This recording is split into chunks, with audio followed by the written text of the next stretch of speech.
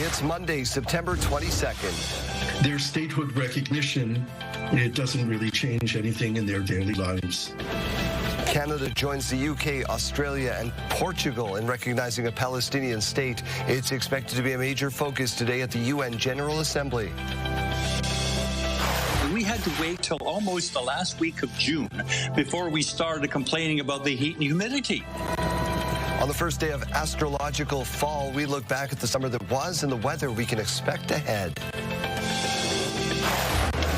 Ground ball to second. And the Blue Jays are going to the postseason. And playoff bound, the Toronto Blue Jays have secured a postseason berth for the first time since 2023. Stay with us, Saskatchewan. Your morning starts right now.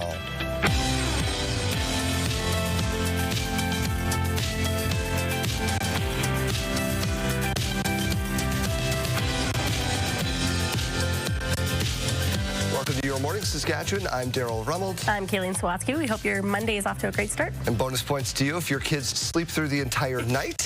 Ours don't. No, it's not a thing that happens anymore. Why? Yeah. Why did we do this to ourselves? Yeah, I thought things were going to get better with fall and it's going to be darker more. You know, it hasn't helped so far. The best part is when Mateo comes into bed and he's right, boom. Like, Yeah. You can't freak out because you guys get it. If you're parents, let's get to your news headlines. 6:01 Sunday marked an historic announcement from the Prime Minister as Canada will formally recognize a Palestinian state with other G7 allies following suit. The declaration comes as the UN General Assembly meets in New York today. Colton Prail reports. As Mark Carney prepares for the 80th General Assembly of the United Nations, Canada will recognize one new state at this year's meeting. The Prime Minister recognized the state of Palestine, led by the Palestinian Authority. In a lengthy statement, Carney said the long-standing expectation that Palestinian statehood could be achieved through negotiations has steadily and gravely eroded. I felt like we got sucker punched. The mother of Alexandre Luc, a Canadian killed in the October 7th attack, says the decision to recognize Palestine so close to the second anniversary of the attack and on the eve of Rosh Hashanah only adds to her anger. We still have hostages in the dungeons of Gaza. They are actually starving. We still have a Hamas. There needs to be a democratically elected, non-genocidal government before you can even discuss something like this. Carney blamed Hamas and what he called its violent rejection of Israel's right to exist for slowing the possibility of a two-state solution, but also pointed to the expansion of Israeli settlements in the West Bank, a vote passed by the Israeli parliament calling for the annexation of Gaza, and said Israel has contributed to a humanitarian disaster in the enclave. As long as the occupation continues and no one is forcing Israel to end the occupation, their statehood recognition, it doesn't really change anything in their daily lives. Israeli Prime Minister Benjamin Netanyahu repeated his assertion there will not be a Palestinian state, even as the United Kingdom and Australia joined Canada in recognizing Palestine, part of 10 countries, including France, who plan to do so this week. Government officials say while Canada now recognizes the state of Palestine, it still has a no-contact policy with Hamas, much like Canada's position on Afghanistan and the Taliban. Colton Prail, CTV News, New York. Conservative leader Pierre Poilievre says Canada shouldn't settle for a deal that includes sectoral tariffs. Copy my idea. Take the Canadian Sovereignty Act, pass it into law. Let's unlock a massive building boom in this country through the power of free enterprise. And then we can go to the Americans and say, look, we actually do have options now because our economy is booming and our markets are growing. Poilievre told the CTV's question period that if he were Prime Minister, he would seek a tariff-free deal. Canada and the U.S. have been in negotiations for a new economic and security deal for months now. Poilievre said he believes the key is to become more self-reliant so Canada has the leverage to negotiate. But when asked about the Building Canada Act, aimed at giving government sweeping powers, new powers to approve major projects, Poilievre said liberal laws and bureaucracies are getting in the way of development. Fossil fuel producing countries like Canada are standing in the way of hitting the world's climate change targets. That's according to a new report from 3 climate research nonprofits. The Production Gap Report, as it's being called Addressing Fossil Fuels Production, a number of collective failures of governments, said the world is not on track to meet the 2015 Paris Agreement targets. The report found that countries are currently planning to produce 120% more fossil fuels than would be consistent with a plan to limit a global temperature increase to 1.5 degrees Celsius. Workers are on strike this morning at the Port of Montreal. 32 workers at Montreal's Gateway Terminal are filing notice last Thursday, voting 96% in favor of a strike. Union officials say talks have stalled over subcontracting and wage issues, and there is no agreement on the minimum operational requirements for the terminal to run smoothly. Workers have been without a collective agreement since last December. Why is that important? Well, Saskatchewan has to get things to tidewater. Sunday marked a day of remembrance for slain Conservative activist Charlie Kirk. Tens of thousands of people gathered with both the U.S. President and Vice President paying tribute. ABC's Perry Russum reports. A stunning moment at Sunday's memorial service for Charlie Kirk as his widow Erica forgave his killer. He wanted to save young men, just like the one who took his life. That young man. I forgive him. I forgive him because it was what Christ did and is what Charlie would do. Erica Kirk says she's honored to be the new CEO of Turning Point USA, the organization her husband founded. She vows to continue his legacy of embracing debate with political opponents. The answer to hate is not hate. The answer we know from the gospel is love, and always love. He did not hate his opponents. He wanted the best for them. That's where I disagreed with Charlie. I hate my opponent, and I don't want the best for them. I'm sorry. I am sorry, Erica. Trump embracing Kirk's widow as America the Beautiful rang out. Kirk tells the New York Times she had urged her husband to wear a bulletproof vest before his final campus tour. She says she now wears the pendant of St. Michael, the same one he had around his neck when he was killed. It's still marked with blood from the attack. The 5-hour service attracting tens of thousands to State Farm Stadium near Phoenix. Nearly the entire Trump cabinet was there. Elon Musk also seen meeting with Trump for the first time since their fallout in June. President Trump says he will honor Kirk with the Medal of Freedom. Perry Russum, ABC News, New York. Let's talk sports as we say good morning for the first time to Jeremy Dodge. Hello. Good morning, Daryl. Hockey players from across Western Canada will be coming to Saskatoon in the spring for a special induction ceremony. Hallie Mandrick has the details. Let's show them how to play. Saskatoon's Tro Arena is home to a very unique hockey league. I guess our attitude changes too, where you're here to have fun more than yeah, there's the odd guy that still thinks he can make the NHL, but I doubt it. But yeah, this is just for camaraderie more than anything else. And the coffee after is worth more than the hockey game before. The Saskatoon 60-plus Hockey League is an opportunity for folks to keep doing what they love, no matter their age. It's an inspiration. I mean, I hope when I'm 80, I can still bend over and tie my shoes, but let alone put a strap a pair of blades on to go out there and play. But many of those on the team have been inducted into the 80-plus Hockey Hall of Fame, a national organization which recognizes Canadians who are still on the ice after turning 80. An induction ceremony is held in Saskatoon every 4 years, and this spring is set to see more than 30 players from across Western Canada honored. we try to make it for the not only for the inductees but their families and all that stuff. And that's the cool part about it is the families, how they're part of the ceremony as well. So and it's very rewarding.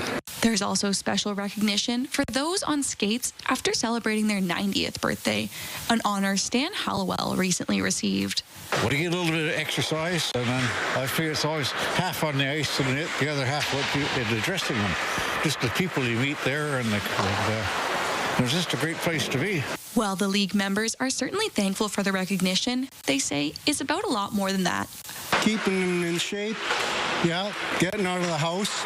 My wife loves it because I leave for a while. It's great. A great bunch of guys. And you got to do something. I mean, you just want to sit in a rocking chair and die? Well, no. Got to do something. Hallie Mandrick, CTV News, Saskatoon. Some incredible individuals there. And Daryl, you were a part of honoring some sports personalities as well this weekend. Yeah, the Saskatchewan Sports Hall of Fame officially inducted the 2025 class over the weekend. Super Bowl champion and my good friend John Ryan headlined the class this year, which also included water polo sensation Noah Miller, rugby star Julie Foster, the Saskatoon Harmony softball team, and a couple of Regina Rams teams from right before they entered the university ranks, along with NHL scout and inspiration Brad Hornung. The displays will be at the Saskatchewan Sports Hall of Fame, so you can learn all about their life and legacies. They just kind of surprise you and say, we just want to congratulate you. You've been inducted into the Sports Hall of Fame. And it is amazing that you can be recognized for the sports that you play. It means a lot. I always love coming back to Regina, and to come back for this reason. It's really a special weekend for me. I grew up as a kid coming to this building, seeing guys like Gordie Howe, Mary Bonnie Baker, see their exhibits in here, and now to think that I'm going to be included in that is just kind of a surreal thought right now. The Hall of Fame induction was recorded and will be broadcast for you if you missed it on October 3rd on Access TV. The Toronto Blue Jays are heading back to the playoffs. This is fun to celebrate. Let's go. The Toronto Blue Jays beat the Kansas City Royals 8-5 Sunday, becoming the first team in the American League to secure a spot in the postseason. This will be Toronto's first playoff appearance since 2023. With a week left in the regular season, the Jays have the best record in the AL with 90 wins, 66 losses. The Royal Canadian Air Force marked a solemn milestone in Moose Jaw.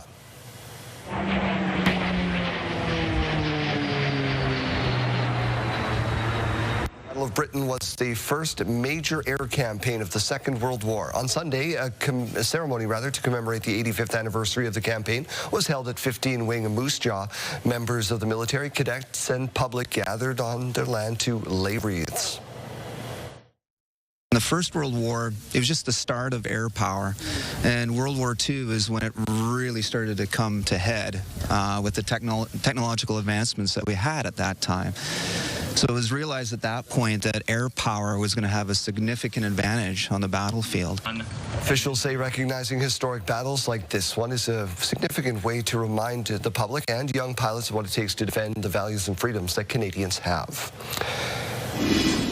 Of course, they were in great conditions out there. It was beautiful, it was sunny, and you got some changing of the leaves behind you. Yeah, absolutely. So as we know, it's the first day of astronomical fall today. So this is just a fun little piece of trivia for you. Do you know why leaves change color? Well, here's why. With the cooler weather, the tree's chlorophyll actually breaks down, leaving other chemicals that cause color changes. So you can see that changing on your screen there. There's a list of some of those chemicals and why they change color there. The bright colors are more likely when late summer is dry and autumn has those sunny days and those cool nights. So when you see those leaves changing color out there, you'll know why this morning. Now let's take a look at some of those current temperatures out there. 8 degrees to start our day in Regina. We are going to be seeing a nice mix of sun and cloud to start our day and to end our day really as well. 13 degrees in Saskatoon to wake us up. A little bit more cloud cover there this morning.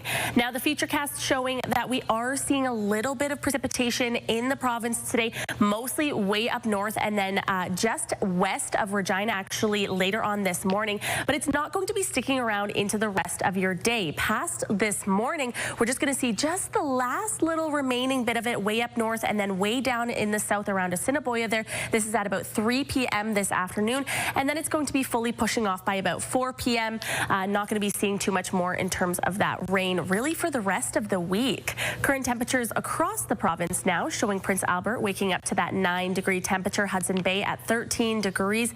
Moose Jaw, a warm and sunny start to the day at 14 degrees. And down in Estevan, 12 degrees to start the day. Now, temperatures today looking very warm, especially when we bring into consideration that the average for this time of year is about 16 degrees in Saskatchewan. So we're starting fall off on a warm and sunny point. Now, Regina's high today is up to 22 degrees, 22 for Prince Albert as well. Estevan 25. You can see that rain icon down in that corner of Swift Current. Again, that's just going to be in the morning, pushing off in the early afternoon. Now, our 5-day forecast looking absolutely beautiful. The next few days, it's actually going to be getting warmer until Wednesday.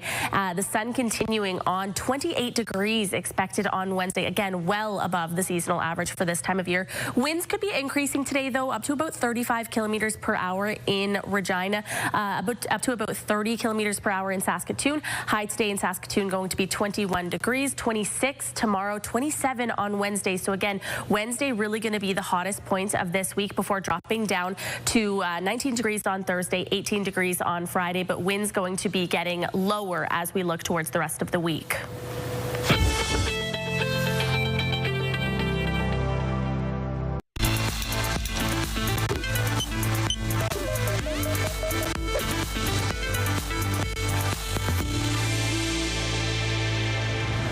Obstructive sleep apnea, OSA. It's a condition where breathing repeatedly stops and starts during sleep due to blocked airways. Well, new research suggests rising temperatures can make it worse. With more, here is Melissa Adan. Climate change may be making episodes of obstructive sleep apnea, or OSA, more common and harder to treat, according to a new Nature Communications study. Hotter weather significantly increases the risk of this sleep issue by as much as 45%, and even more if you're a male or overweight. Common signs of sleep apnea are loud snoring, daytime tiredness, falling asleep during conversations, or quiet activity.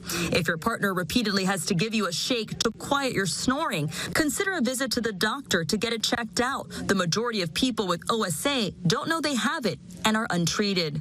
It's crucial to understand that OSA is more than an inconvenient sleep disturbance. It can interfere with your health, your work, and your quality of life. With this Medical Minute, I'm Melissa Adan. Health Report, brought to you in part by Saskatchewan Blue Cross, protecting your health since 1946.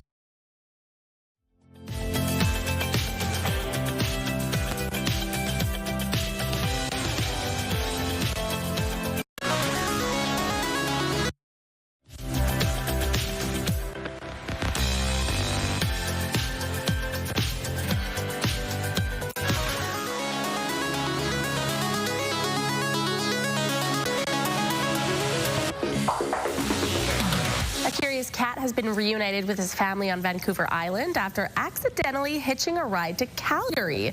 Sherman went missing from his home in Courtenay, BC last week. After alerting their neighbors, one of them called Sherman's family with some news. Their daughter had just moved to Calgary, and when she got there, she found the cat in the back of their U-Haul. Oh, no. Luckily, a relative was booked to fly back to the island the next day and was able to reunite Sherman with his family. Oh, my goodness. Sherman. What a beautiful cat, Sherman. You got to stay out of the U-Hauls, buddy. That's Home Alone, Jeremy. That's what that is. That's you're counting the kids in the back of the thing. This cat is one of the most expressive cats I've ever seen, too. It's got some good looks, this kitty. So this actually happened to us, not quite as dramatic. When I was a kid, my childhood cat went missing. Turns out they hitched a ride with my neighbor to the airport. The Calgary airport actually phoned us and said, hey, this cat is registered to you guys. We have this cat at the airport. We've just been keeping him. And we were like, we'll come get him. One thing you have to know about Kayleen is she's got a story for absolutely every scenario. Question of the day is where we go to next. First day of autumn. So yes, and this is my favorite season. I love the cooler temperatures and the changing colors, and I feel like when the weather gets cooler, everything in the world gets calmer. Jeremy, I heard that shudder. Jeremy, why don't you like autumn? I don't dislike autumn. I dislike what comes next. Autumn is like a harbinger of hell, right? I don't mind it. I don't mind the cooler temperatures, but man, winter. Okay, so I'm in like. What is our question today? We're asking you what is your favorite part of autumn. Do you have one, Jeremy? No, clearly not. Yeah, I don't mind it being a little cooler sometimes. Okay. But then I miss the heat of summer because we didn't really have a whole lot of heat this summer, especially this year. Scan the QR code. I'm going to abstain from this. Of course you are. Let us know what your favorite is. Goodness gracious. How about going to school today? All right. Well, if you're heading out to school this morning, a little bit cooler to start the day in Regina. We're only sitting at 8 degrees to start the day. At least it's mainly sunny, though. Clouds going to be increasing by the afternoon, sitting at 21 by lunch, and our daytime high of 22 degrees by the final bell. In Saskatoon, 13 degrees to start the day. If you're heading out the door, 19 degrees by lunch, sun and clouds all afternoon long, and sitting at that high of 21 degrees by final bell. Now, let's take a look at those gas prices in Regina. The most common cost to fill up is $135.9. You can find the lowest gas for $114.9. In Saskatoon, common price $135.9, lowest price $122.9. Now, taking a look at the farm markets, the street price of canola $557.02 per ton, and the futures price at $618.60 per ton. Amber durum wheat at $278.60 per ton, and red spring wheat at $230.12 per ton to start the day. And the Canadian dollar beginning the day trading up at 72.53 cents U.S. Coming up in about 10 minutes, we sit down with Saskatchewan's health minister, hear what he has to say in just a few minutes. Stay with us.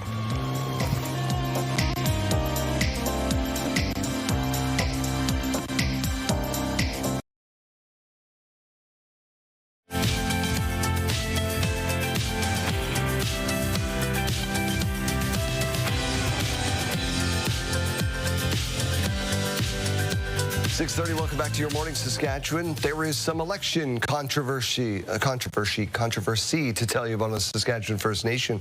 As Mick Favel tells us, the Election Act on the nation used coming into question by some of the members.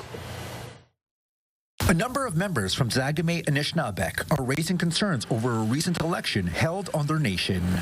We want to determine some kind of legitimacy to the elections that's taken place. We feel that their electoral term is over and that they have no legal recourse with which to act.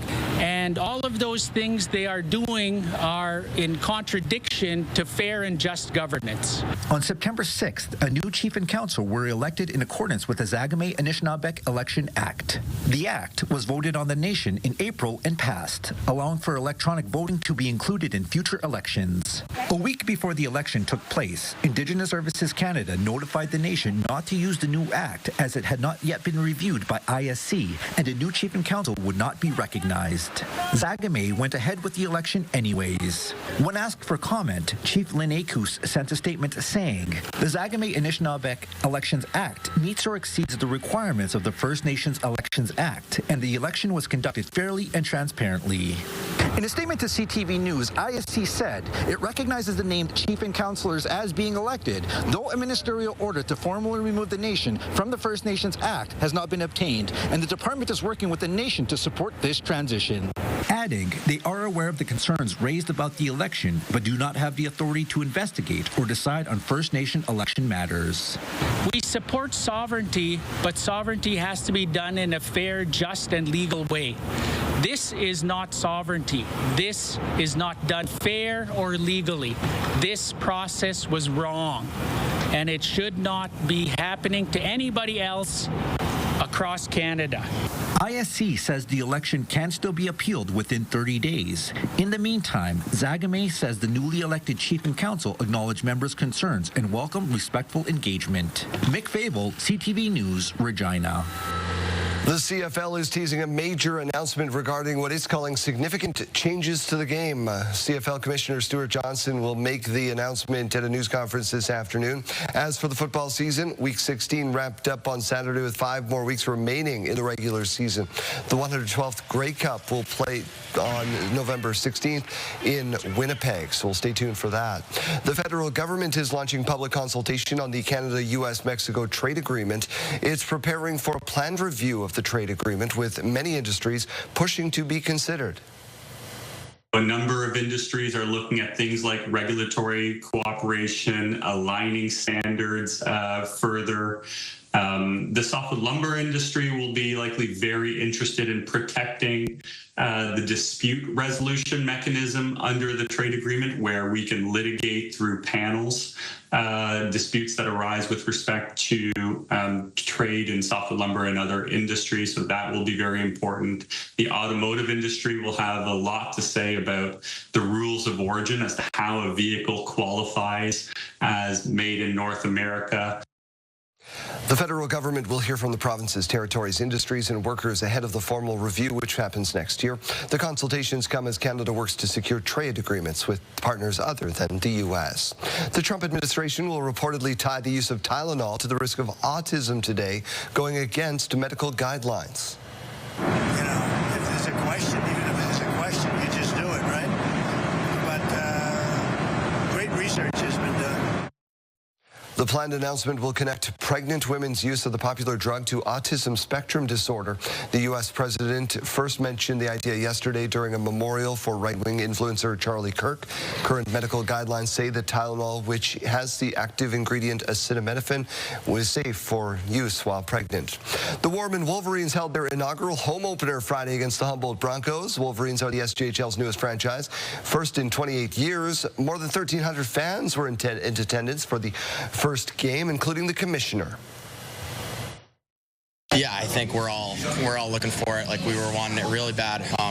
Sucks obviously for us, and then obviously for the fans that we couldn't do that for them tonight. But next Saturday against Kindersley, we're hoping to do that for them. When a building's packed, it always gets the players up and fired up and try to get the rest out of them. So I thought both ways that it was a physical game at times, and there was a lot of good plays and a lot of big saves. So it was great to see the fans enjoy it. Broncos picked up a 3-0 win, spoiled that home opener, but that's okay. We get over to the weather forecast with Kayleen Sawatsky, first day of fall, and a contest to follow. Yeah, absolutely, and that's really exciting, so you're going to want to stick around for that. Let's talk about these fall temperatures, though. I wish they were more like fall temperatures, but they're actually seeming more like summer still, way above the seasonal average. We're still into those 20-degree temperatures in many parts across the province today, and really for the next few days as we peak on Wednesday before going down for those temperatures. I'll show you that in just a moment. But 8 degrees to start our day in Regina, so you might want to grab a very light jacket on your way out the door.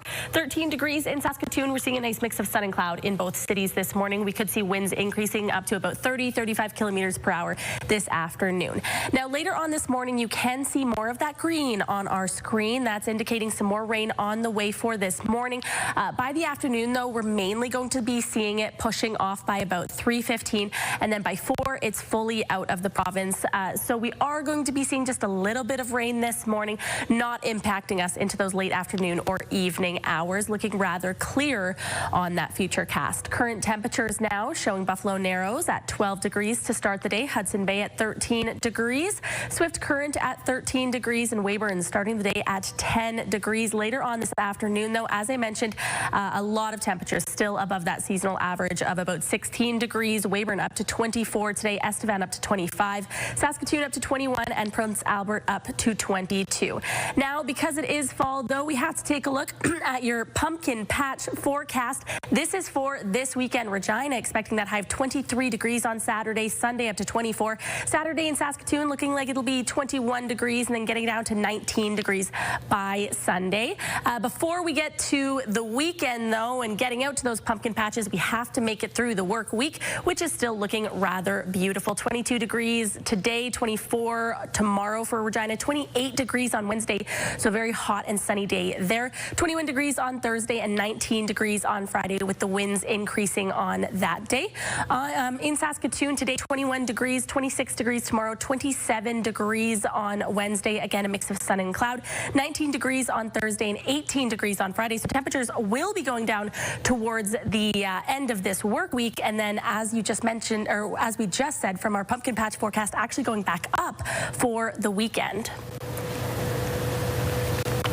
All right, your morning just got a whole lot richer. We're giving away a staggering $20,000, and it's time for today's code word. Imagine what you could do with an extra 20 grand. The possibilities are endless. Today's code word is autumn. Head to that contest page on our website or scan the QR code on your screen. Enter code word along with your info for your chance to win CTV Your Morning Saskatchewan's $20,000 giveaway.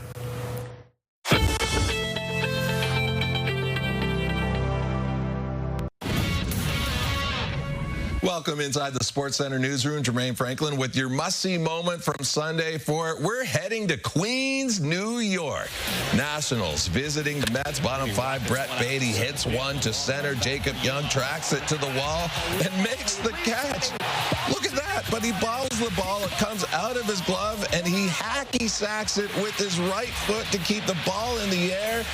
Then he's able to make the grab with his glove for the unbelievable catch. Young showing off his soccer and baseball skills on that play. Incredible circus catch by the 26-year-old. That is your must-see moment from Sunday. Monday on TSN, you can see Monday Night Football when the Lions visit the Ravens. Pre-game coverage starts at 6 Eastern, 3 Pacific. That's all from the Sports Center newsroom. Have a great day.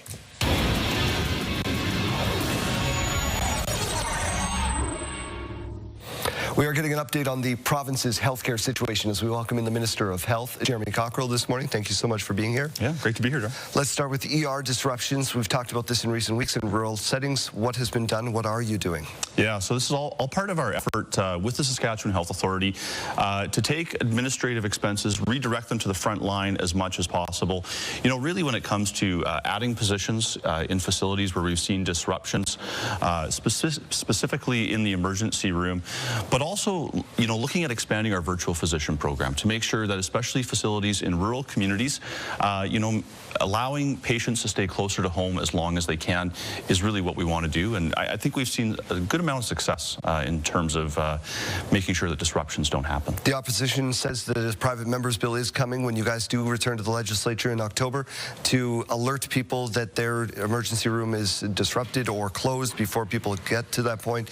Is that something you feel like you can work with the NDP on, or is that some work that's already being done on your end? Well, I mean, obviously we'll take a look at any bill that comes forward, whether that's from the government or from the opposition. You know, the reality is we already have a process in terms of notifying communities when there is a disruption in their community. Is it working? Yeah, you know, I think there's some discussion about that with different mayors and local community leaders. Certainly we have some opportunity to improve that internally within the Ministry of Health and the Saskatchewan Health Authority.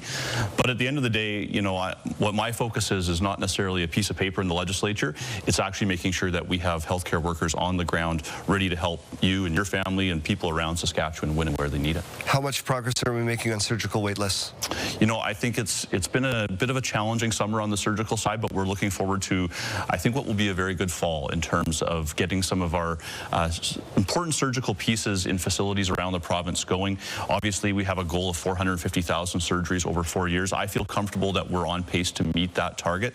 And we have some more things coming on the surgical side to really ramp up production and make sure, again, that people get that surgery in a reasonable time. How about those non-urgent care centers? The one in Regina is working to a degree. You were trying to get up and running in Saskatoon and Prince Albert as well. Where are we at with this? Well, you think about, so the Regina Urgent Care Center here, we've seen 41,000 patients in the first year of operation. That's 41,000 people that didn't need to go to the Pasqua, didn't need to go to the general, making sure that those facilities are more available to help the more acute patients. We're really excited about the progress being made at the Urgent Care Center here in Regina. Obviously, we've got one under construction in Saskatoon, making good progress there. But we're also going to be adding second urgent care centers in both Regina and Saskatoon. Can we staff them? I think we can.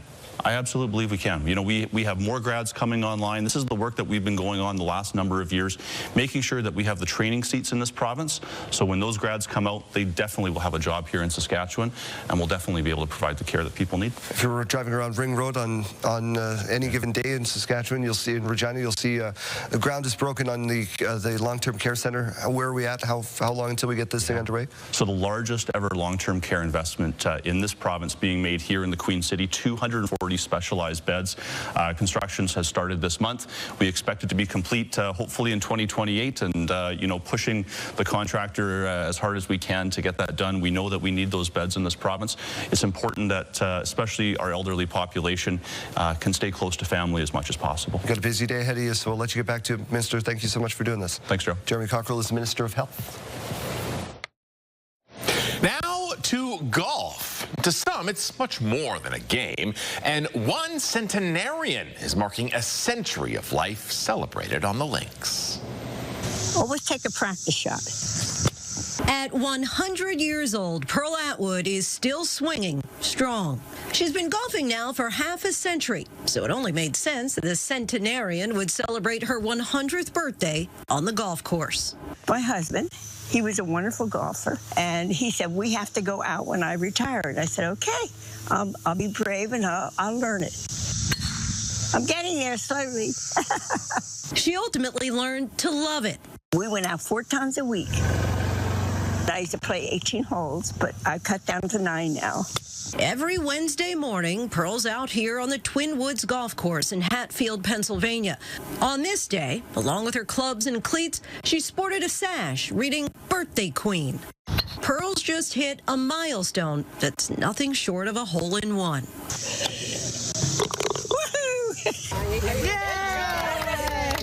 She credits her longevity in life and on the golf course to her faith. As long as God would let me live, I'll play as long as I can.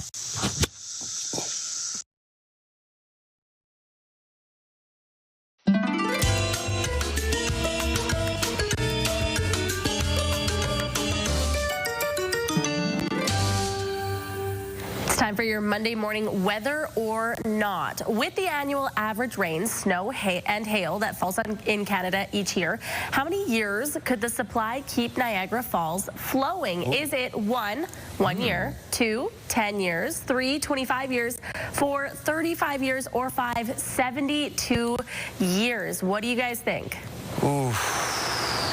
I have been to Niagara Falls. I remember learning that it was a long time. I don't remember the exact, but I'm going to go with E, 72 years. Okay. I'm going to go. It's got to be substantial. I'm going to say 72 also. Yeah. All right. The correct answer is E, 72 years. So an average of 2.6 million liters of water flows over Niagara Falls every second during peak tourism hours. The total flow rate for Niagara Falls is governed by a treaty between the U.S. and Canada, which mandates minimum flow rates for both tourist and non-tourist periods. Something new to start your week, some new information. Goodness, your Monday morning weather or not?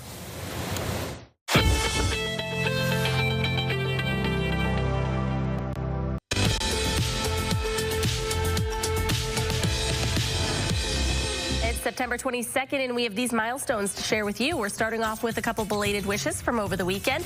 Blake celebrated his 11th birthday over the weekend. Happy birthday. His grandma Andrews wrote in and said, great run, happy fishing.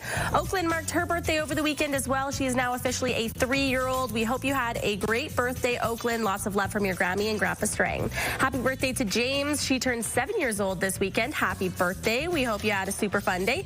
Lots of love. And she said, well, you know it's Wishes also going out to Todd. Hopefully you got spoiled for your birthday on the 20th with love from your mom and Kelly. A belated happy birthday going out to Brooklyn, who turned 15 on Sunday. Grandpa Whit, Aaron, and Ava all hope your day was amazing and that your year ahead is equally as amazing. And we got this shout out in our inbox to say a big happy birthday to Wyatt. This one coming from Wyatt's mom, who hopes you had a great day. Happy birthday to Ethel. She's turning 74 years old, and her family and friends from Kawakatus are sending her a lot of love and well wishes for her special day. Happy 6th birthday to Graylee. She's celebrating today, and her mom, dad, brothers, and sister all sending in this shout out for her. Have a great day. Marking his 50th birthday today is Chris. Happy birthday to you. Have a great one with love from your family, Christina, Graydon, and Scout. And finally, we're looking ahead now to wish an extra special happy birthday to George, who will be turning 83 later this week. George, you have so much love coming your way this birthday from your wife, Marianne, and family. And we also hear Marianne will be celebrating her birthday soon, so her family also wanted to send her some love.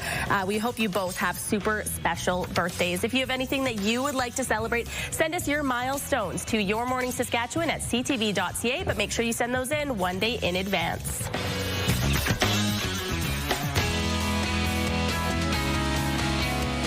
You're at work? What are you doing at work? You're getting married on Saturday.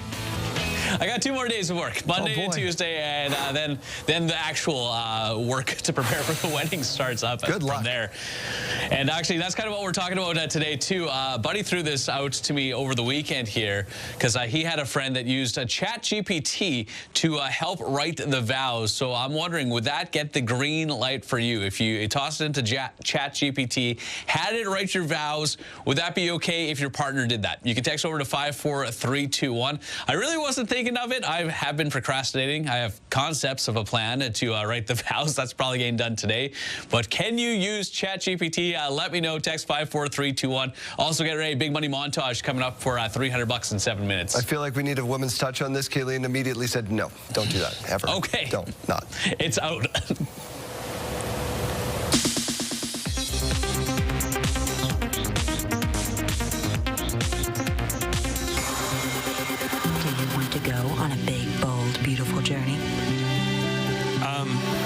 Maybe he was right to hesitate. A big, bold, beautiful journey starring Margot Robbie and Colin Farrell made just $3.5 million in its debut weekend, far below studio expectations of $10 million. The drama, which opened to poor reviews, cost a reported $45 million to make. I found the dramatic structure that I felt would really work for a movie. Oppenheimer director Christopher Nolan is the new president of the Directors Guild of America. He was elected at the DGA's national convention. Nolan has been on the union's national board since 2015 and a member of the guild since 2001.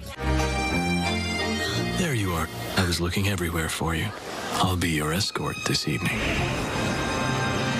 The latest film in Studio Ghibli Fest 2025 is Howl's Moving Castle. The 2004 supernatural classic from Hayao Miyazaki is in theaters now through Wednesday. More info and tickets at ghiblifest.com. In Hollywood, I'm David Daniel. I've had enough of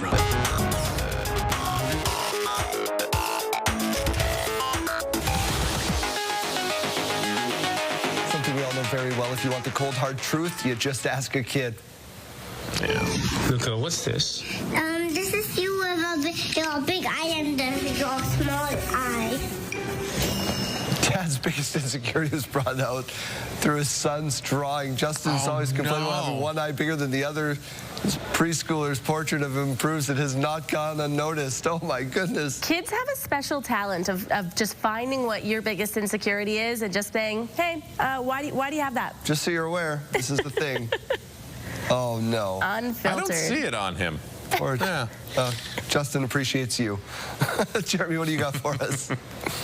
All right, let's talk about the bond between sisters. It is one that starts at a very young age.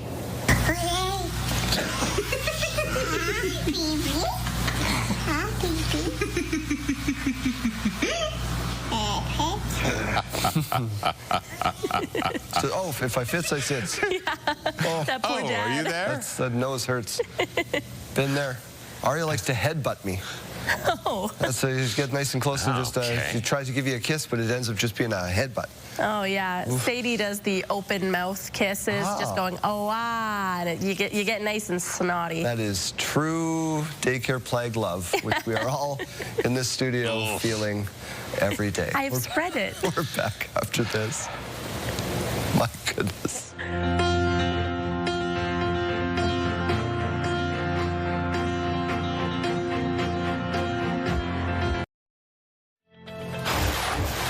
It's Monday, September 22nd. Their statehood recognition, it doesn't really change anything in their daily lives. Canada joins the UK, Australia, and Portugal in recognizing a Palestinian state. It's expected to be a major focus today at the UN General Assembly. We had to wait till almost the last week of June before we started complaining about the heat and humidity. On the first day of astrological fall, we look at the weather and what we can expect ahead. Ground ball to second. And the Blue Jays are going to the postseason. Playoff bound, the Toronto Blue Jays have secured a postseason berth for the first time since 2023. Stay with us, Saskatchewan. Your morning starts right now.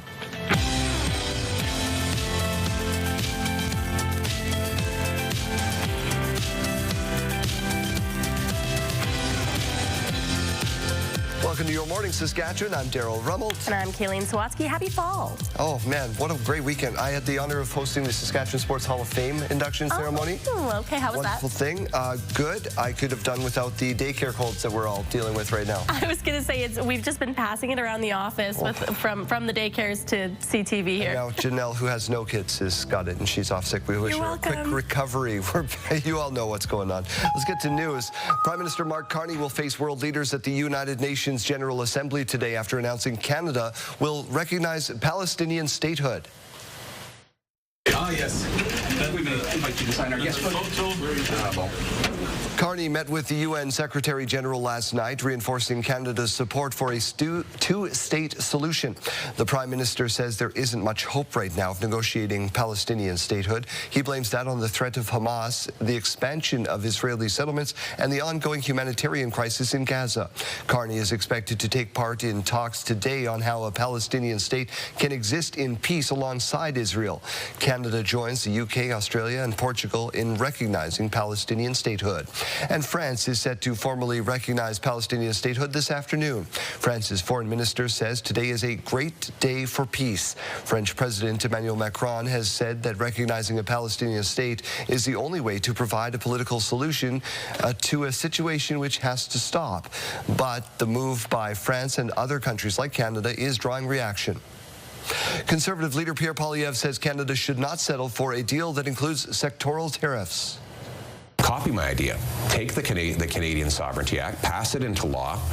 Let's unlock a massive building boom in this country through the power of free enterprise. And then we can go to the Americans and say, look, we actually do have options now because our economy is booming and our markets are growing.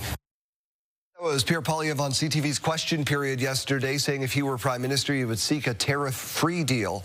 Canada and the U.S. have been in ongoing negotiations for a new economic and security deal for months now. Poilievre says he believes the key is to become more self-reliant so Canada has more leverage. But when asked about the Building Canada Act, aimed at giving governments sweeping powers to approve major projects quickly, Poilievre said liberal laws and bureaucracies are getting in the way of development.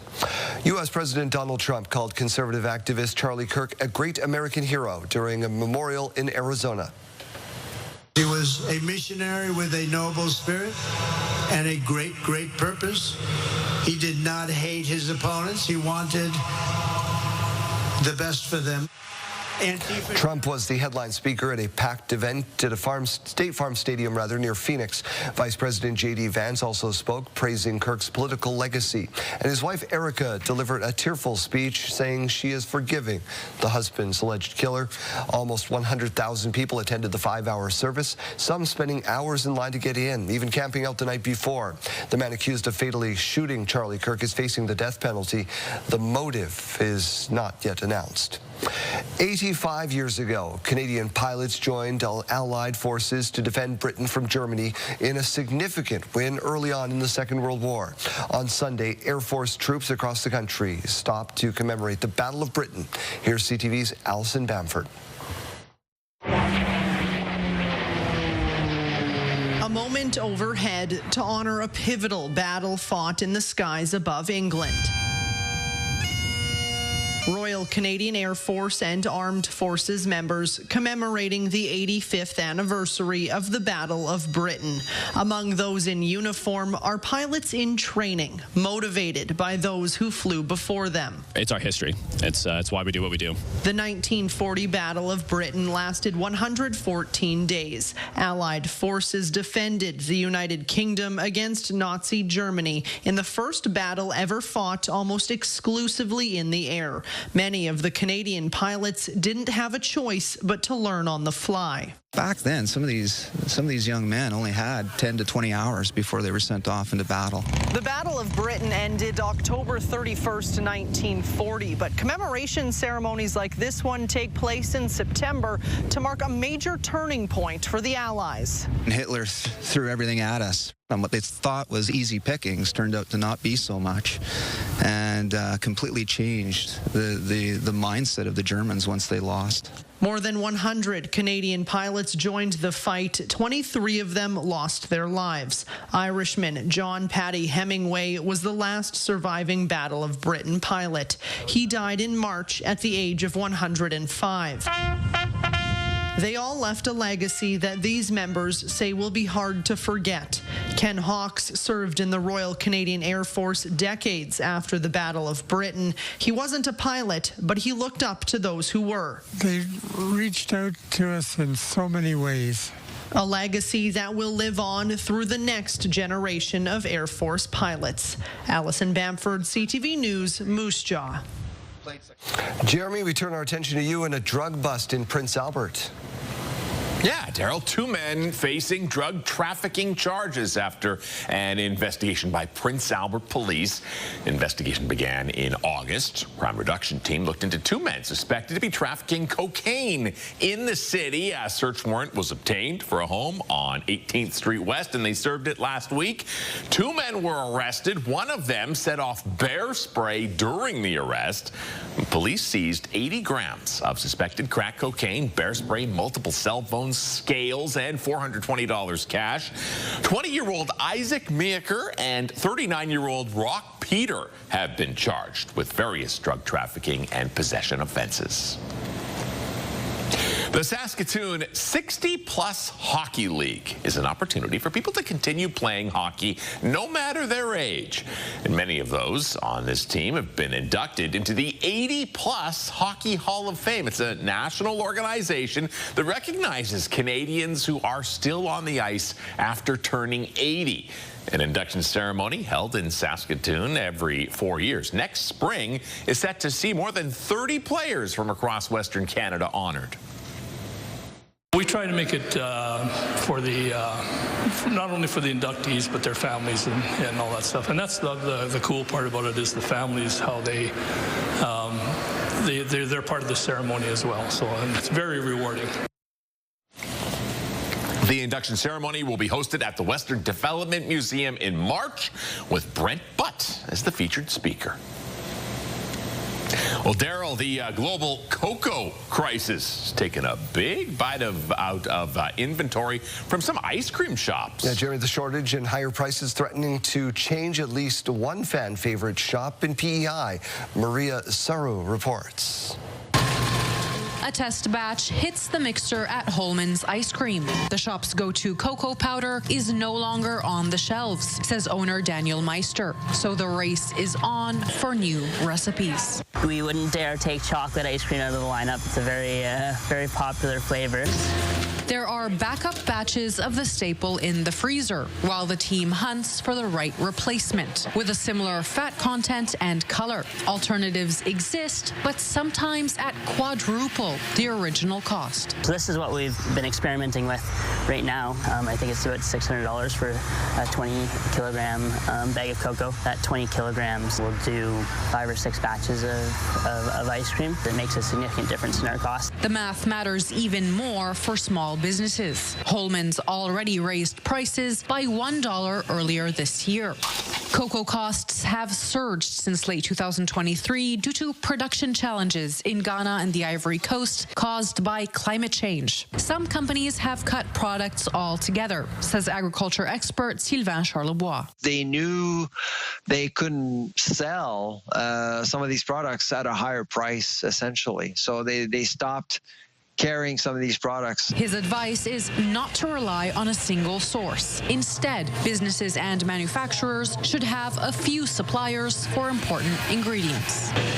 Holman's has more than 100 handcrafted flavors in its repertoire, with 16 in daily rotation. Some will need tweaks. The triple chocolate still passes the taste test, and the team here at Holman's hopes its new recipes will be just as good. Maria Saru, CTV News, Summerside, Prince Edward Island. Closer to home, the Saskatchewan Sports Hall of Fame is officially installed. The 2025 class, Super Bowl champion John Ryan headlined the class, along with Noah Miller, a water polo player, rugby star Julie Foster, the Harmony Saskatoon softball team, and a couple of Regina Ram teams that went in just before the university days. Brett Hornung as well. Their displays will be at the Saskatchewan Sports Hall of Fame, so you can learn all about them. They just kind of surprise you and say, we just want to congratulate you. You've been inducted into the Sports Hall of Fame. And it is amazing that you can be recognized for the sports that you play. It means a lot. I always love coming back to Regina, and to come back for this reason. It's really a special weekend for me. I grew up as a kid coming to this building, seeing guys like Gordie Howe, Mary Bonnie Baker, see their exhibits in here, and now to think that I'm going to be included in that is just kind of a surreal thought right now. The Hall of Fame induction ceremony, which I was lucky enough to host, will be broadcast on Access TV on October 3rd if you weren't there. The Toronto Blue Jays are heading back to the playoffs. This is fun to celebrate. Let's go. They beat KC 8-5 yesterday. They locked up a postseason berth, so the champagne was flying, which is a weird celebration, I still think. They have the best record in the AL with 90 wins and 66 losses. Every other league, they celebrate once you've actually won something. They celebrate, the MLB celebrates every week, it seems like. Yeah, lots of celebrations. What's going on in the weather forecast today? Well, we are celebrating the warmer temperatures still, even though it is the first day of fall. I know lots of people are still clinging to summer. They are too short, as we all know.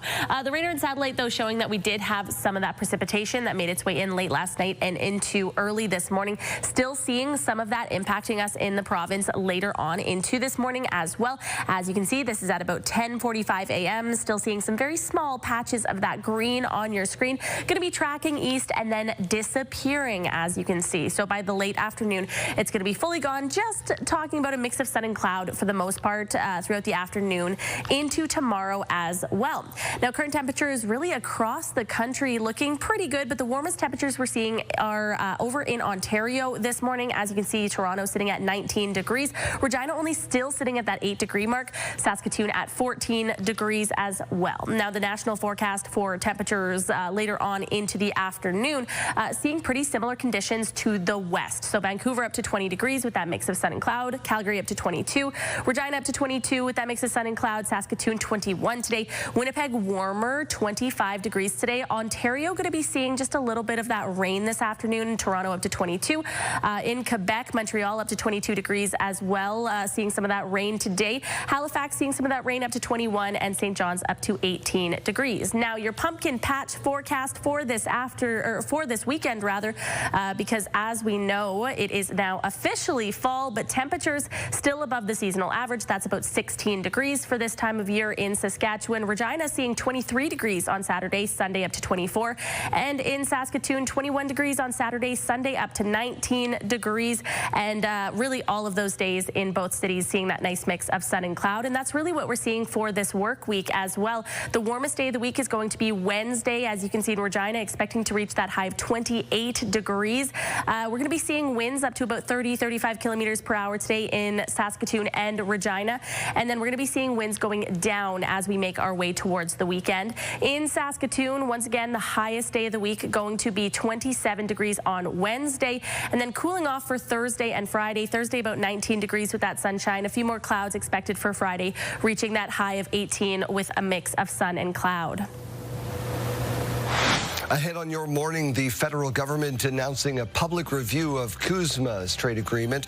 Learn what Canadian industries are advocating for. The CFL is announcing some major changes later today, what that might be. In about 10 minutes, see if Jeremy and I can keep our perfect records intact in Morning Mystery. And on CTV Regina and CTV Yorkton at about 7:40-ish, a conversation with the new CEO of Real. Your morning returns in just a couple of minutes as we take a look outside in Saskatoon over the bridge. See you in just a couple of moments.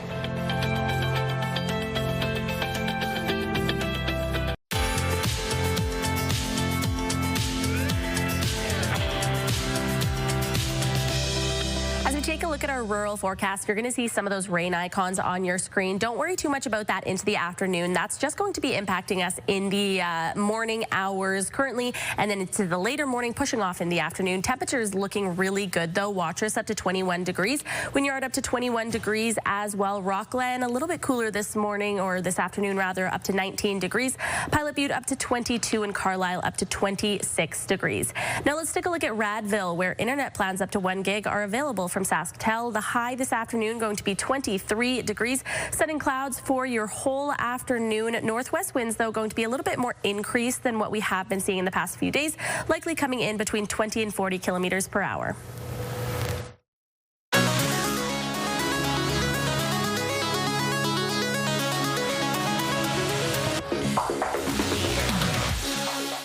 All right, no better sound than a laughing baby.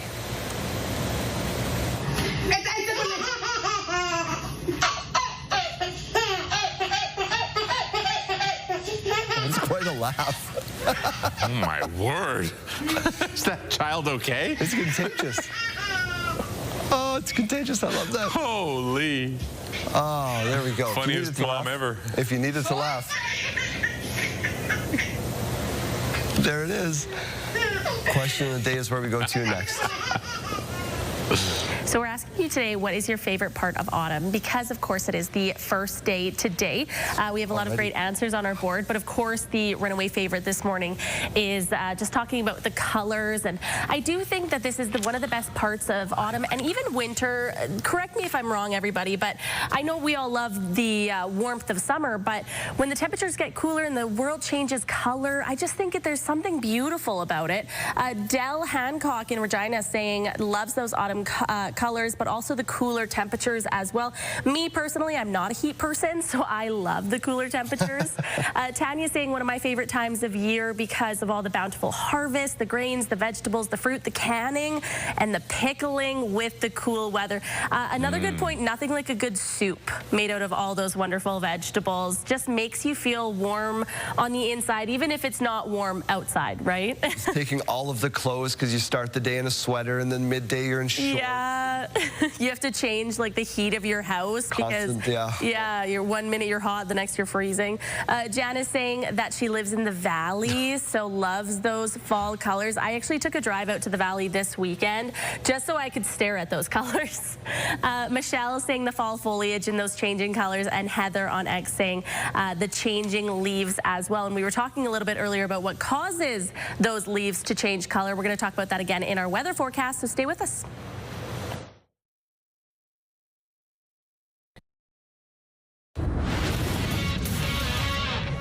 Welcome inside the Sports Center newsroom. Jermaine Franklin with your must-see moment from Sunday we're heading to Queens, New York. Nationals visiting the Mets. Bottom five, Brett Beatty hits one to center. Jacob Young tracks it to the wall and makes the catch. Look at that, but he bobbles the ball. It comes out of his glove, and he hacky sacks it with his right foot to keep the ball in the air. Then he's able to make the grab with his glove for the unbelievable catch. Young showing off his soccer and baseball skills on that play. Incredible circus catch by the 26-year-old. That is your must-see moment from Sunday. Monday on TSN, you can see Monday Night Football when the Lions visit the Ravens. Pre-game coverage starts at 6 Eastern, 3 Pacific. That's all from the Sports Center newsroom. Have a great day.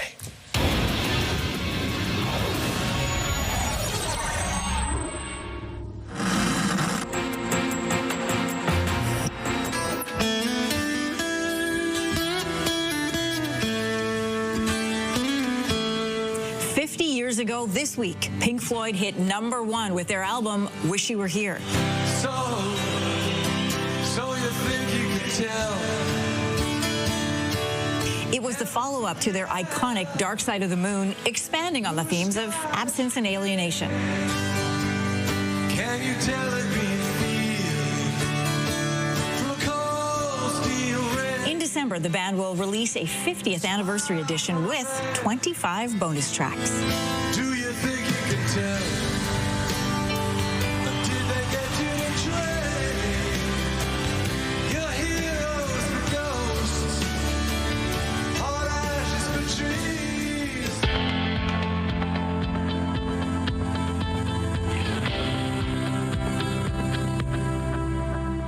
All right, it is time for your morning mystery. It is a person. Grab your chalkboards out. Here's clue number 1. He started as a child actor on Little House on the Prairie. Okay, a throwback. Okay, we're going back a couple of years. At just 18, while starring in the 80s sitcom The Hogan Family, he directed 3 episodes of the show. Oh, I've never seen that. Okay. Clue number 3, he won numerous awards, including an Emmy in 2019, Outstanding Director for a drama series for Ozark. Ooh. Oh. Yeah, okay. I think I know this one. Hold on.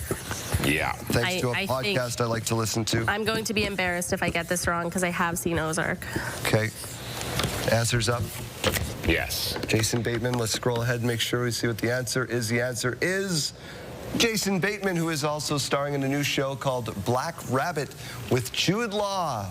There you go. That is your Monday morning mystery. Studio consideration provided by Father's Furniture, specializing in quality Canadian-made furniture.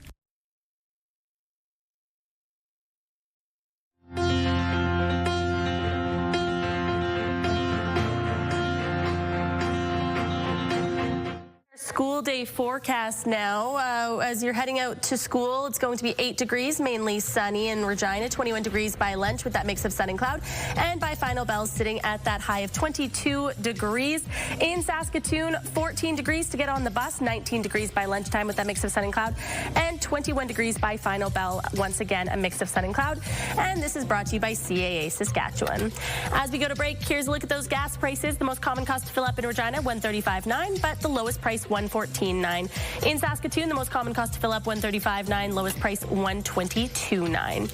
And as we take a look at the farm markets today, the street price of canola sitting at $557.02 per ton, and the futures price at $618.60 per ton. Amber Durum wheat at $278.60 per ton, and Red Spring wheat at $230.12 per ton. And the gas price starting the day at 72.53 cents U.S. And after the break, a major announcement coming from the CFL today, what you can expect coming up.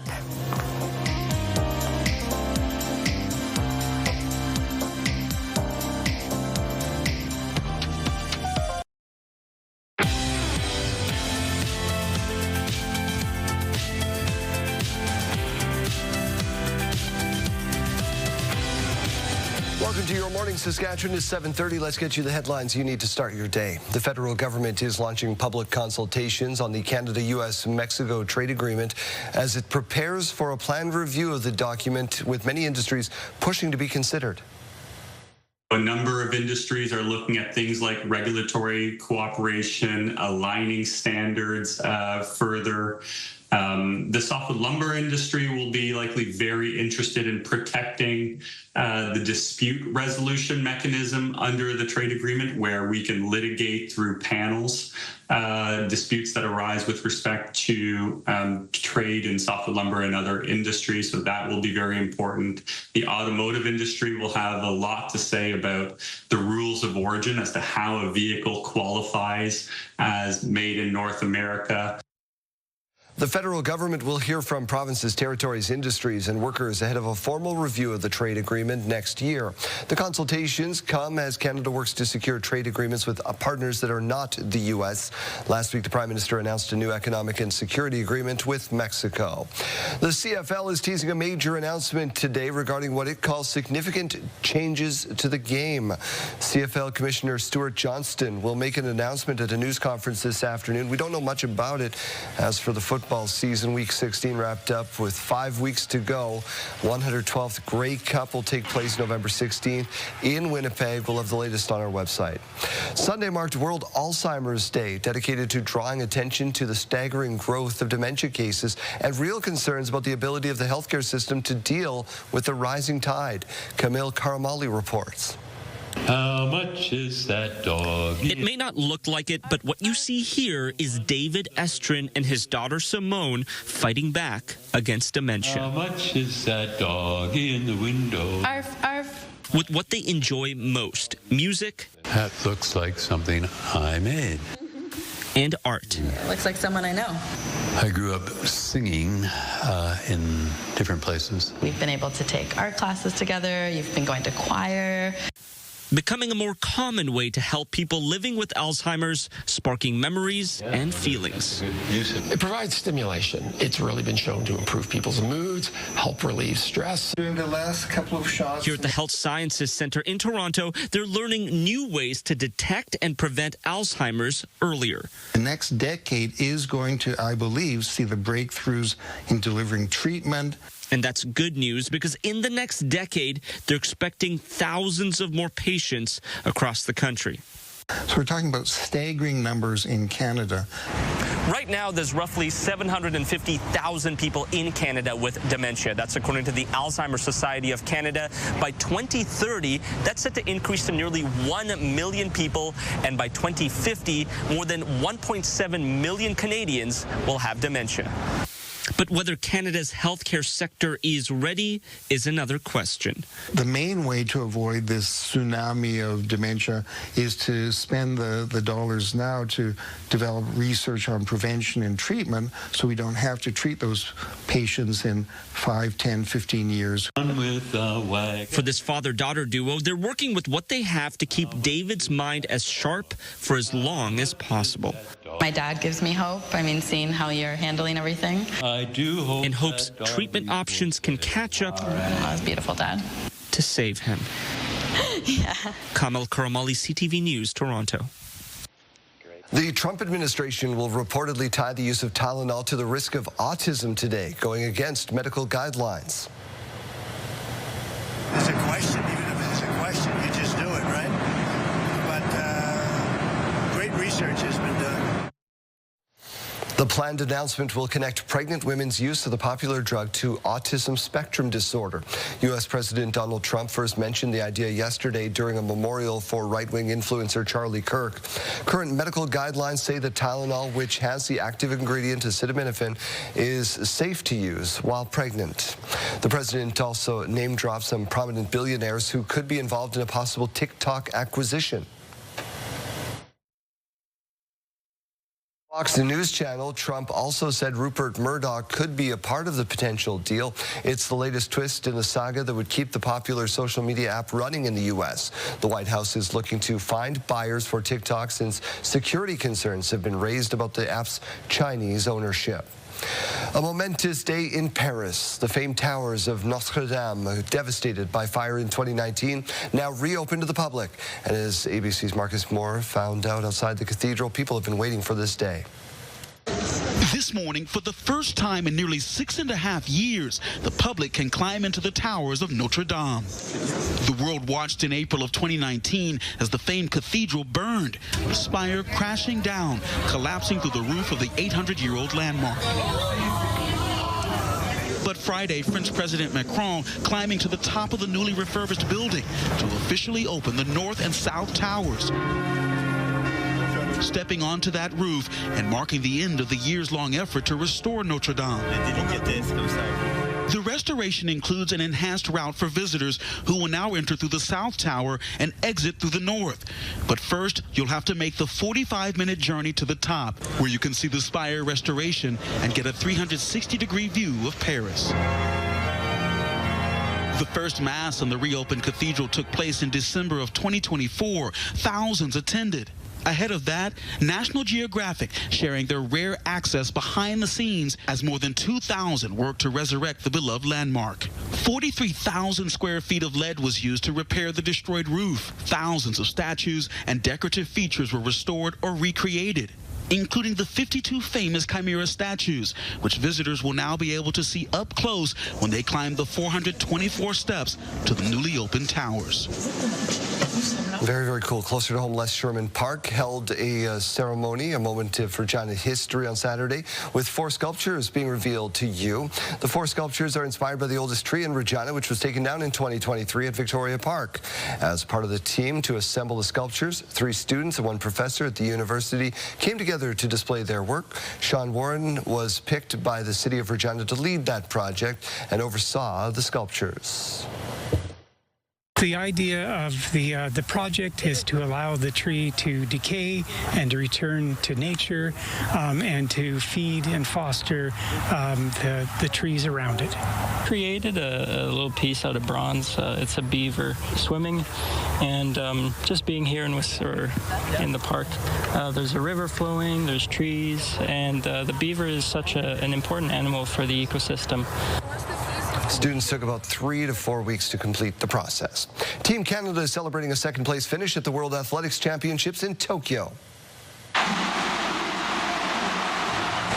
On a rainy track, Canada sprinting to a silver medal in the men's 4x100-meter relay. Despite the wet conditions, the foursome of Andre DeGrasse, Brendan Rodney, Jerome Blake, and Aaron Brown posted a season-best time. The U.S. took gold, and the Netherlands picked up bronze. Roger Davies is the fastest man on one big wheel and 2 small ones.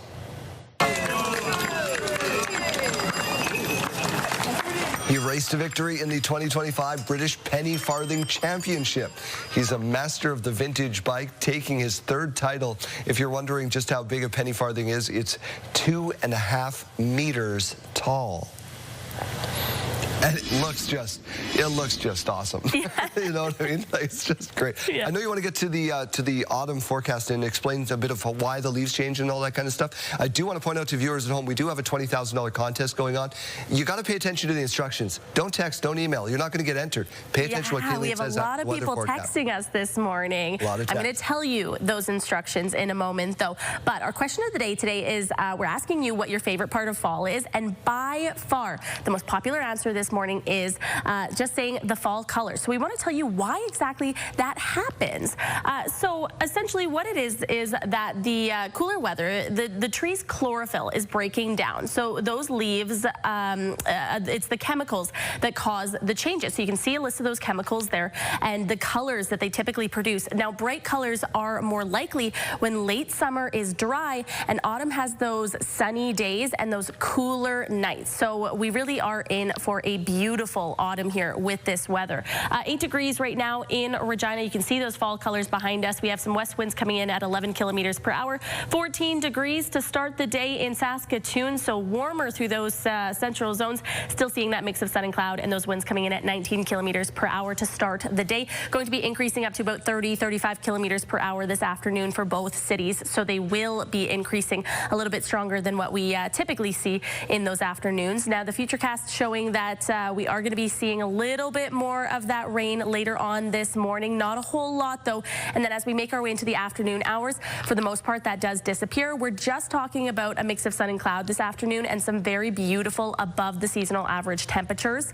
Current temperatures now out there still above that seasonal average for this time of the day. 13 degrees for Spiritwood. Nipawin a few degrees cooler, sitting at 9 degrees to start the day. Moose Jaw up to 15 degrees. Yorkton up to 12 degrees, and Estevan up to 12 degrees to start the day. The average for this time of year is about 16 degrees, so really seeing above those seasonal average temperatures all afternoon long. Those rain icons on your screen, just a reminder for you, those are going to be pushing off in the late morning hours and then making way for that nice mix of sun and cloud into the afternoon.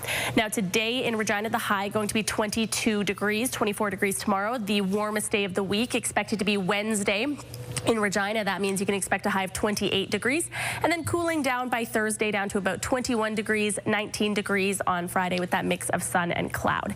In Saskatoon, the high today, 21 degrees, 26 degrees tomorrow, and then 27 degrees on Wednesday. So again, Saskatoon also seeing Wednesday as that peak in terms of those temperatures for this work week. 19 degrees on Thursday, 18 degrees on Friday, and then getting right back up into those 20-degree temperatures for your weekend. Your morning just got a whole lot richer. We're giving away a staggering $20,000, and it's time for today's code word. Today's code word is autumn.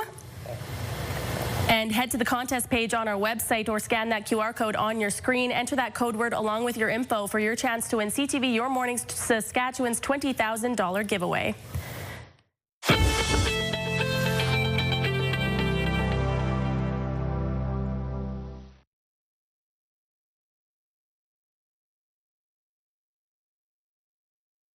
defining contemporary style for over 20 years.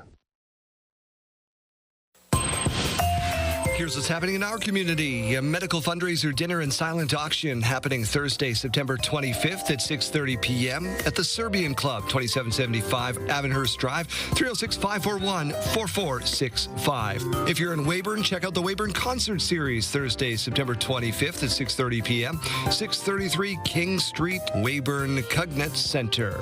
If you'd like your event shown here, email us, reginacommunity@bellmedia.ca. Do so at least 2 weeks in advance.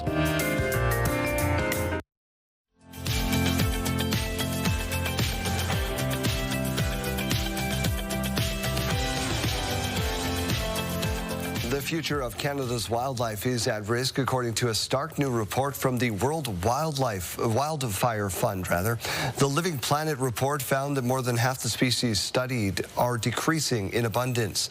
The biggest declines were seen in grassland habitats, where wildlife populations declined by 62% on average since 1970. In forests, mammal populations declined by 42% over the last 5 decades, and throughout the country, animals on the list of threatened species saw populations decline by an average of 43%. The commemoration of the 85th anniversary of the Battle of Britain happened on Sunday across the country. Members of the Royal Canadian Air Force gathered at 15 Wing Moose Jaw to honor those who served. Sierra D'Souza Butts was there.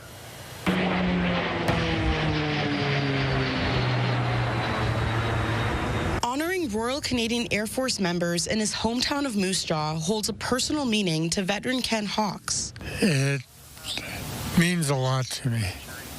My family was all military. You know, for them it was huge, and followed to me. Hawks is one of many in attendance who come from a long line of service with a rich history inspiring many younger pilots. There's a lot of tradition, a lot of history, and I think a lot of the young people like to embrace that, especially with these type of events at the mess. In where we work, there's lots of history everywhere, and it's one of the proud points of serving in the Air Force. You get to be part of that history, you get to celebrate it. So I think, like especially myself, I love the history of these types of things. A ceremony recognizing the 85th anniversary of the Battle of Britain took place at the 15 Wing near Moose Jaw, paying tribute to the Royal Canadian Air Force's role in helping to defend Britain in 1940. That's when Hitler threw everything at us. We were at the UK at that time.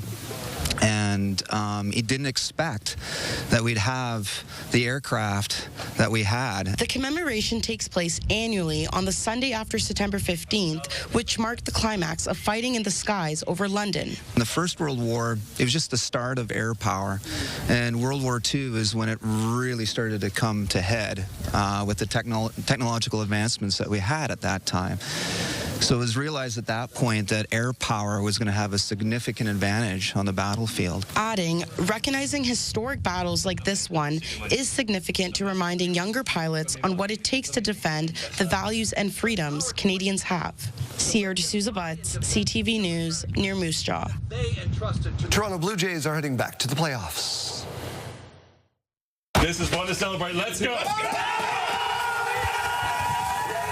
The Jays beat the Kansas City Royals 8-5 Sunday, becoming the first team in American League to secure a playoff spot. This will be the first Toronto appearance since 2023. With a week left in the regular season, the Jays have the best record in the AL with 90 wins and 66 losses. A curious cat has been reunited with his family on Vancouver Island after accidentally hitching a ride to Calgary. Sherman went missing from his home in Courtenay, BC last week after alerting their neighbors. One of them called Sherman's family with some news. The daughter had just moved to Calgary, and when she got there, lo and behold, opened the U-Haul, and there is Sherman. Luckily, a relative was booked to fly back the next day, so Sherman was back safe and sound with his family. Curious little fella. Here's what's happening in our community. There's a fall supper happening Sunday, September 28th at 4:30 p.m. at the Ukrainian Catholic Hall, 229 5th Avenue West in Kenora. Call 306-563-5971. Multicultural Fusion event happening Sunday, September 28th at 5 p.m. at the Exchange, 2431 8th Avenue, free to guests. If you'd like your event shown here, email us, reginacommunity@bellmedia.ca. Do so at least 2 weeks in advance.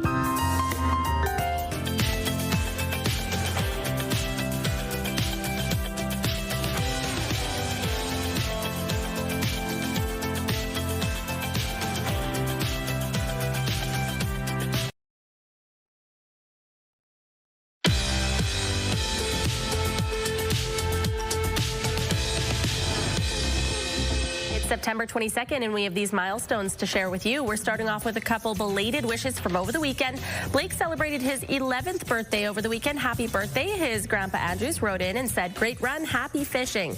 Oakland marked her birthday over the weekend as well. She is now officially a 3-year-old. We hope you had a great birthday. Lots of love from your Grammy and Grandpa Strang. Happy birthday to James. She turned 7 years old this weekend. Happy birthday. We hope you had a super fun day. Lots of love from your mom and dad. Belated wishes also going out to Todd. Hopefully you got spoiled for your big day on the 20th with love from your mom and Kelly.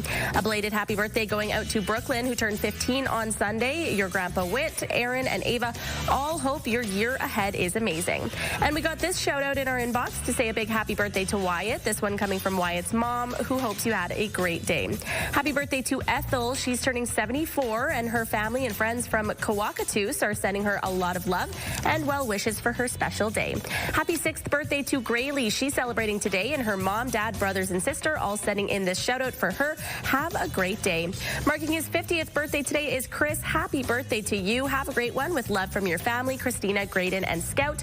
And finally, we're looking forward a bit to wish an extra special happy birthday to George, who will be turning 83 years old later this week. George, you have so much love coming your way this birthday from your wife, Marianne, and family. We also hear Marianne will be celebrating her birthday soon, so her family wanted to send in some love for her as well. We hope you both have a super special birthday.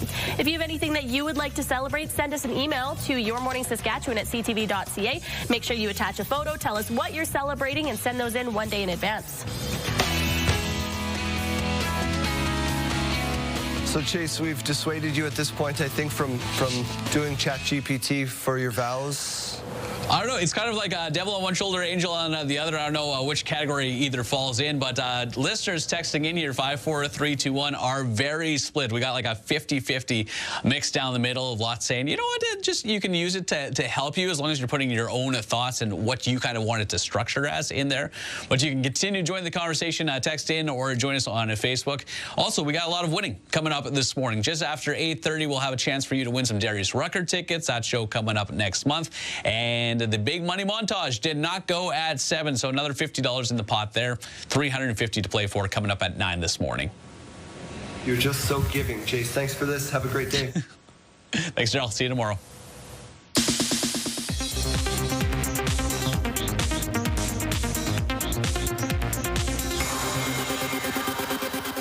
Weekend movie box office takes in North America were down by about half, according to studio estimates.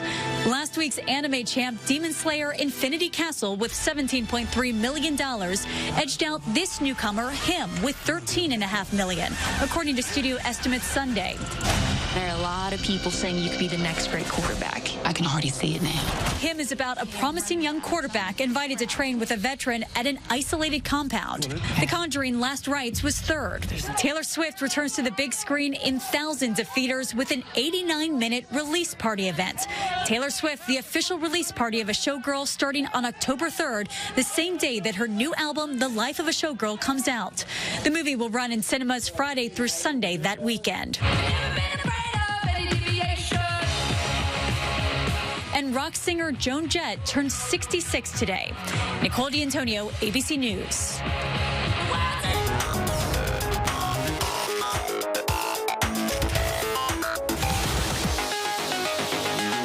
Time for a sideboard. We're renaming everything around here. A warm day out there, so there's a reminder to get outside and enjoy it.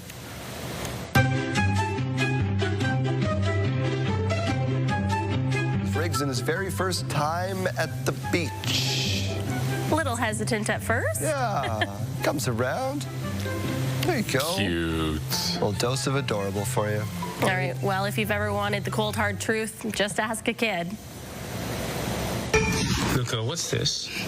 This is you with a big eye and a small eye. Oh, no. You know, when you have that big insecurity, a kid is always willing to point it out. In this case, it was his eye being one size a little bit bigger than the other, I guess. And we're sitting here saying, I don't see it, but apparently when you live with him, you can. He sees it. Well, if you tell a child something, your child, they're going to believe it, whether it's true or not. That's right, yeah. Fair enough. Fair enough. Director Corey, do you have time for this one? The bond between sisters, this one starts at a young age?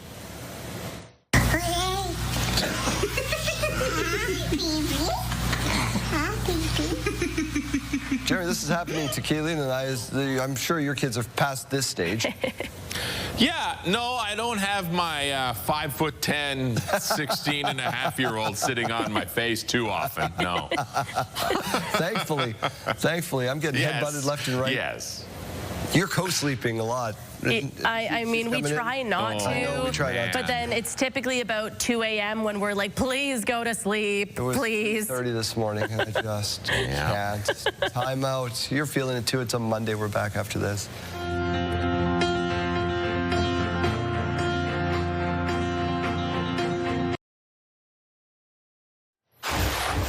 It's Monday, September 22nd.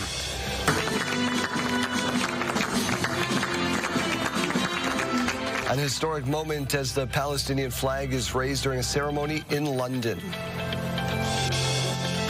We had to wait till almost the last week of June before we started complaining about the heat and humidity. It's the first day of astrological fall. We take a look back at the summer that was and the weather you can expect ahead. Davies again with a long searching ball to Wilson. What a clearance by Richie Larea. Canadian star power Richie Larea is here just 263 days ahead of the kickoff of the World Cup. The countdown is on. Stay with us, Saskatchewan. Your morning starts right now.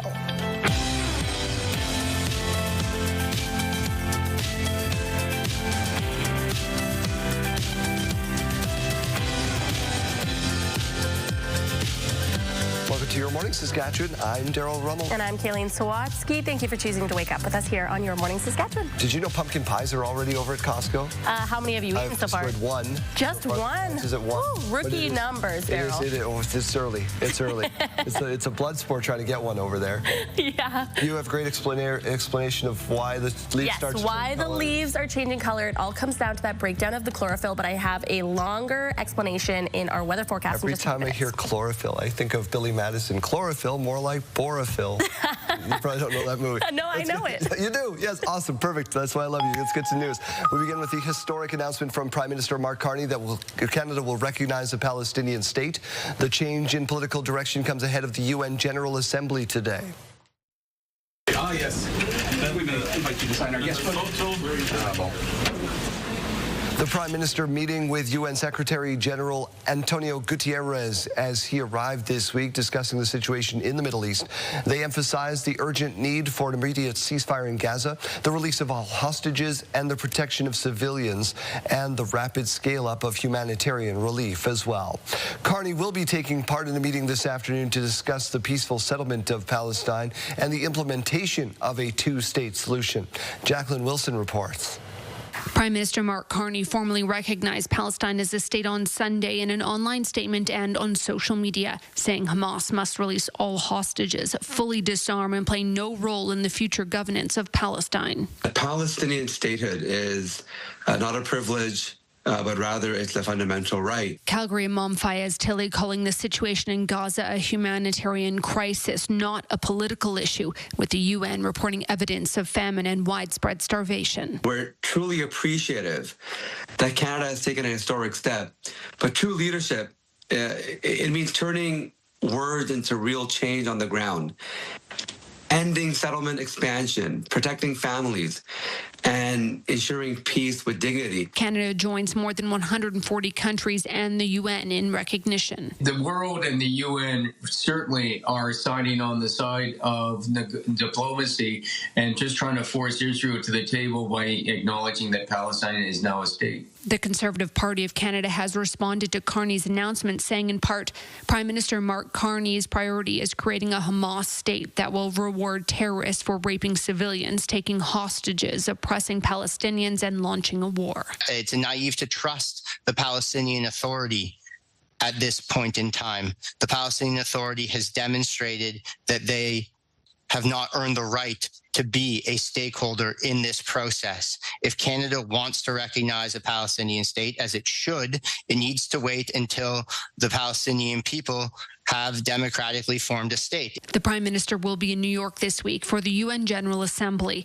Talks on the peaceful settlement of Palestine and the implementation of a two-state solution are scheduled for Monday. Jacqueline Wilson, CTV News, Calgary. Conservative leader Pierre Poilievre says Canada should not settle for a deal that includes sectoral tariffs. Copy my idea. Take the Canadian Sovereignty Act, pass it into law. Let's unlock a massive building boom in this country through the power of free enterprise. And then we can go to the Americans and say, look, we actually do have options now because our economy is booming and our markets are growing. Poilievre there talking to CTV's question period yesterday, saying if he were Prime Minister, he would seek a tariff-free deal. Canada and the U.S. have been in ongoing negotiations for a new economic and security deal for months now. Poilievre said he believes the key is to become more self-reliant, so Canada has the leverage to negotiate. But when asked about the Building Canada Act, which is aimed at giving government sweeping new powers to approve major projects quickly, Poilievre said liberal laws and bureaucracies are getting in the way of development. Fossil fuel-producing countries like Canada are standing in the way of hitting the world's climate change targets. It's according to a new report from a climate research nonprofit. The Production Gap Report, called Addressing Fossil Fuel Production Numbers, a collective failure of governments, said the world is not on track to meet the 2015 Paris Agreement targets. The report found that countries are currently planning to produce 120% more fossil fuels than would be consistent with a plan to limit global temperature increases to 1.5 degrees Celsius. The future of Canada's wildlife is at risk, according to a stark new report from the World Wildlife Fund. The Living Planet report found more than half the species studied are decreasing in abundance. The biggest declines were in grassland habitats, where wildlife populations declined by 62% on average since 1970. In forests, mammal populations declined by 42% over the last 5 decades. And throughout the country, mammals are on the list of species that saw decline over 43%. 2 men facing drug trafficking charges after an investigation by Prince Albert police. What did that investigation find, and when did it begin, Jeremy? Oh, Daryl, this investigation began back in August. The crime reduction team was looking into 2 men suspected to be trafficking cocaine in the city of Prince Albert. A search warrant was obtained for a home on 18th Street West. They served it last week, and 2 men were arrested. One of them did set off bear spray during the arrest, but police seized 80 grams of suspected crack cocaine, bear spray, multiple cell phones, scales, and $420 in cash. 20-year-old Isaac Meeker and 39-year-old Rock Peter have been charged for various drug trafficking and possession offenses. And the Saskatoon 60-plus Hockey League is an opportunity for people to continue playing hockey no matter their age.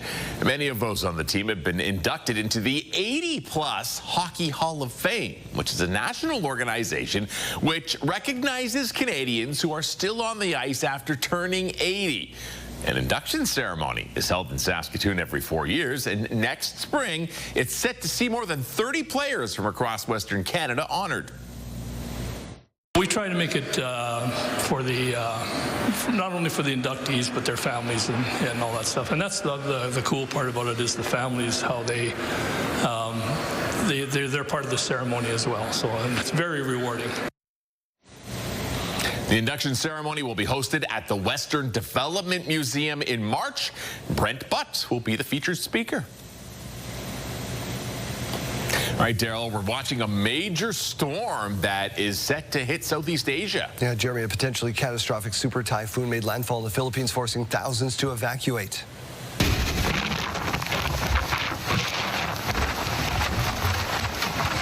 A super typhoon is equivalent to a Category 5 hurricane. Authorities warn of widespread flooding, landslides, and damage to homes and infrastructure.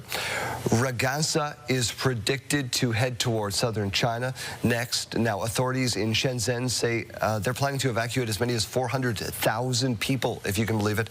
Cathay Pacific and Hong Kong Airlines say they'll cancel flights departing from the city.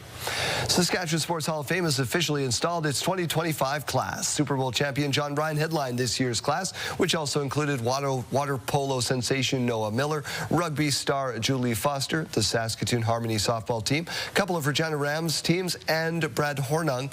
Their displays will be at the Saskatchewan Sports Hall of Fame, so everyone can learn about them.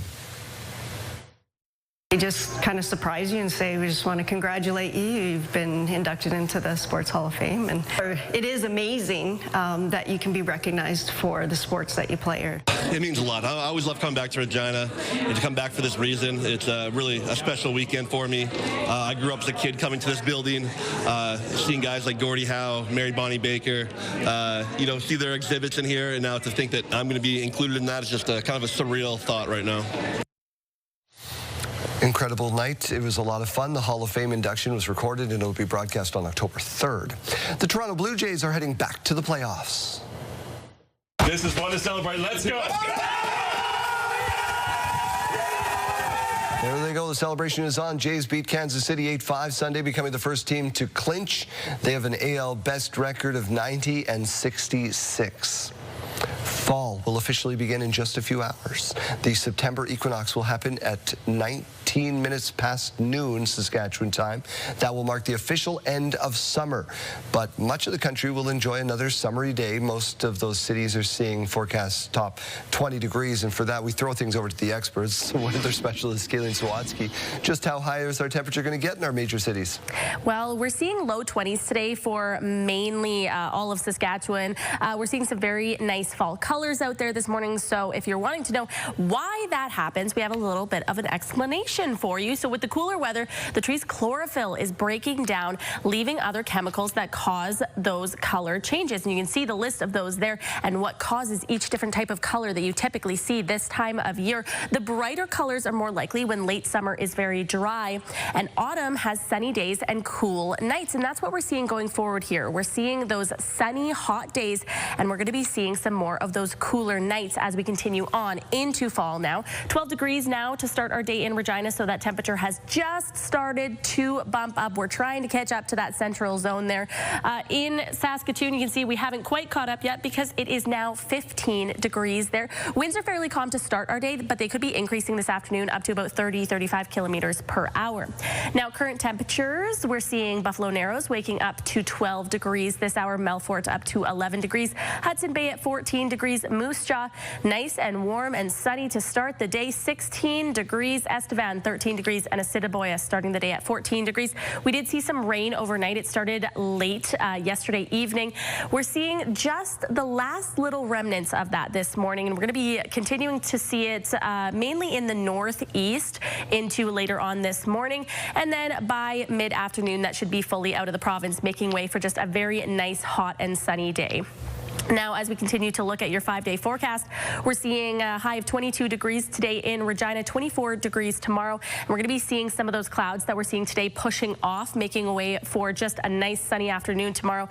The warmest day of the week across the province is going to be Wednesday. And you can see in Regina, we're expecting that high of 28 degrees today. A reminder for you that the seasonal average this time of year is only about 16 degrees. So we are going to be well above that by mid this week. Dropping down, though, by Thursday down to about 21 degrees and then getting out of those 20-degree temperatures on Friday. However, we're not quite done. We're getting back into those 20-degree temperatures on the weekend. So although fall is officially here, it certainly does still feel like summer. 21 degrees for Saskatoon today. Again, we're seeing a little bit more cloud cover today than what we are expecting for the afternoon tomorrow. 26 degrees tomorrow with that sunshine in Saskatoon, and then bumping right back up to 27 degrees for Wednesday. A few more clouds making their way back into the area. Thursdays, the sunshine is returning, drop down to 19 degrees, 18 degrees on Friday with that mix of sun and cloud, and then again getting back into those 20-degree temperatures for Saturday and Sunday.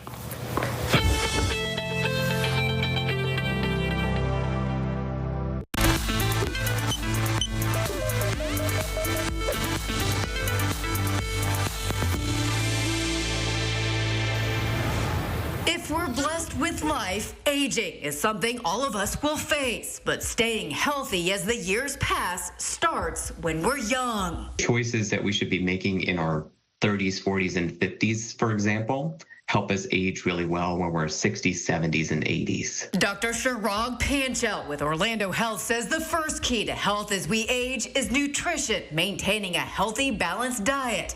Next, keep your body active. The CDC says average adults need at least 150 minutes of moderate intensity physical activity and 2 days of muscle strengthening exercises a week.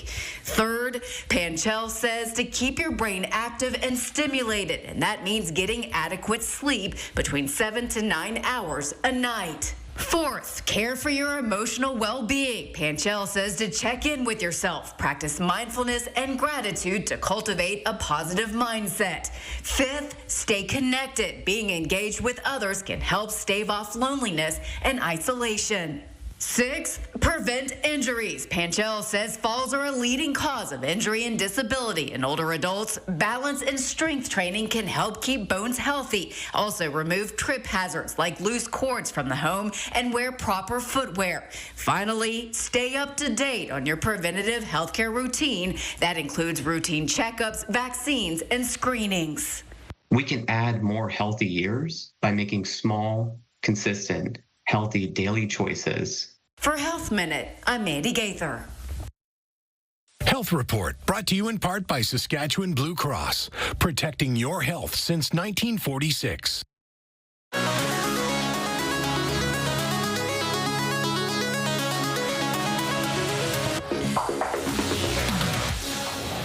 In case you missed it, here's a tradition like no other. This is the annual running of the Wieners, one of the most popular events during Oktoberfest celebrations in Ohio. 100 Dachshunds, each dressed in hot dog bun costumes. Naturally. Looking to claim the title, fastest wiener dog in Cincinnati. Of course, no real losers here, just wieners. About 800,000 people expected to attend the Oktoberfest celebrations in Cincinnati. Runs all this week through Sunday. That one went better than the baby crawl races that sometimes go sideways, right? I wanted my daughter in one of those. I thought she'd win. So good. So good. Hot dog. Hot diggity dog. Question of the day is our favorite part of autumn. And we got some great answers on the big board. Yeah, a lot of great ones. Actually, I'm encouraging everyone to go over to our X page this morning because Colleen sent us a video. I can only add a clip of it there, as you can see on the screen, just a screen cap of the picture there. But harvest is our favorite part, nice. Colleen wrote, saying that the sunsets are incredible. And of course, they're seeing a lot of sunshine out there, but that video is absolutely beautiful. Lori on our text line saying that her favorite thing about autumn is the cooler weather, and I have to say I agree. This weekend I went out. I went to the Lumps and Scarecrow Festival. It was a wonderful event, but just a little bit too hot. I'm hoping to see those cooler temperatures. Good problem to have. Yeah. We had another answer on our text line saying, I love the scents and the sounds of fall, the smell of the foliage, the crunch of the leaves.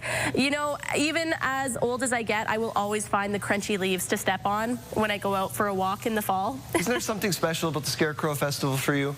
It was my first date with my husband. Oh, you softie. Oh, yeah. So we go every year. We now get to enjoy it with our daughter. It's just a wonderful event. I love that. That's a great tradition. And Dell's saying, love those autumn colors, love those cooler temperatures as well. We all love the cooler temperatures until winter hits, right? Yeah. Cool, but not cold. Yeah. Thank you so much for answering today's question of the day, and happy fall.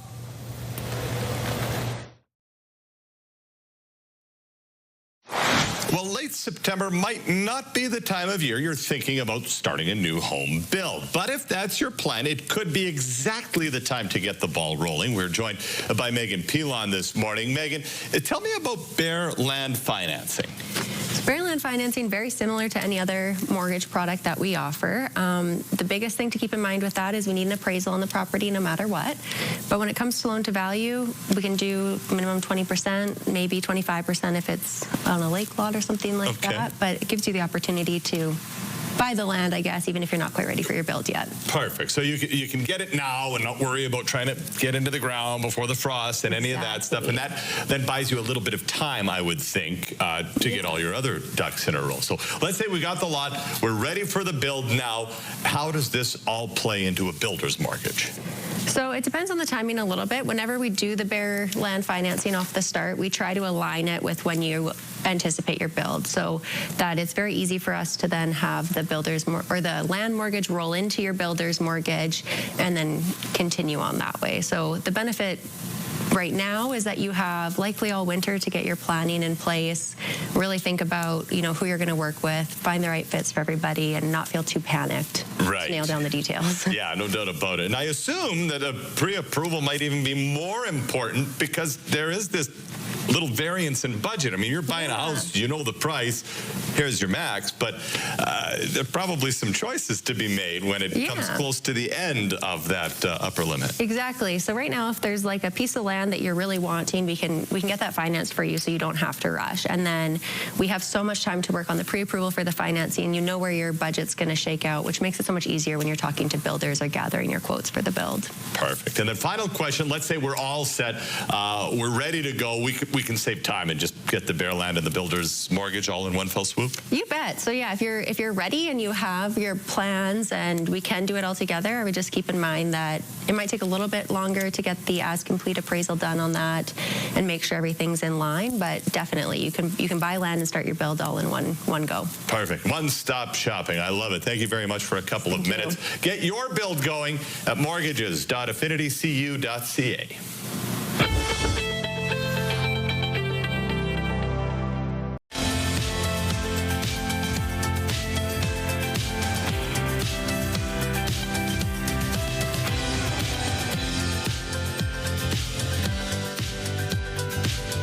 Welcome to Your Morning Saskatchewan. Time for your news update for this part of the day. The federal government is launching public consultations on the Canada-U.S.-Mexico trade agreement. It is preparing for a planned review of that document. A number of industries are looking at things like regulatory cooperation, aligning standards further. The softwood lumber industry will be likely very interested in protecting the dispute resolution mechanism under the trade agreement, where we can litigate through panels disputes that arise with respect to trade in softwood lumber and other industries. So that will be very important. The automotive industry will have a lot to say about the rules of origin as to how a vehicle qualifies as made in North America.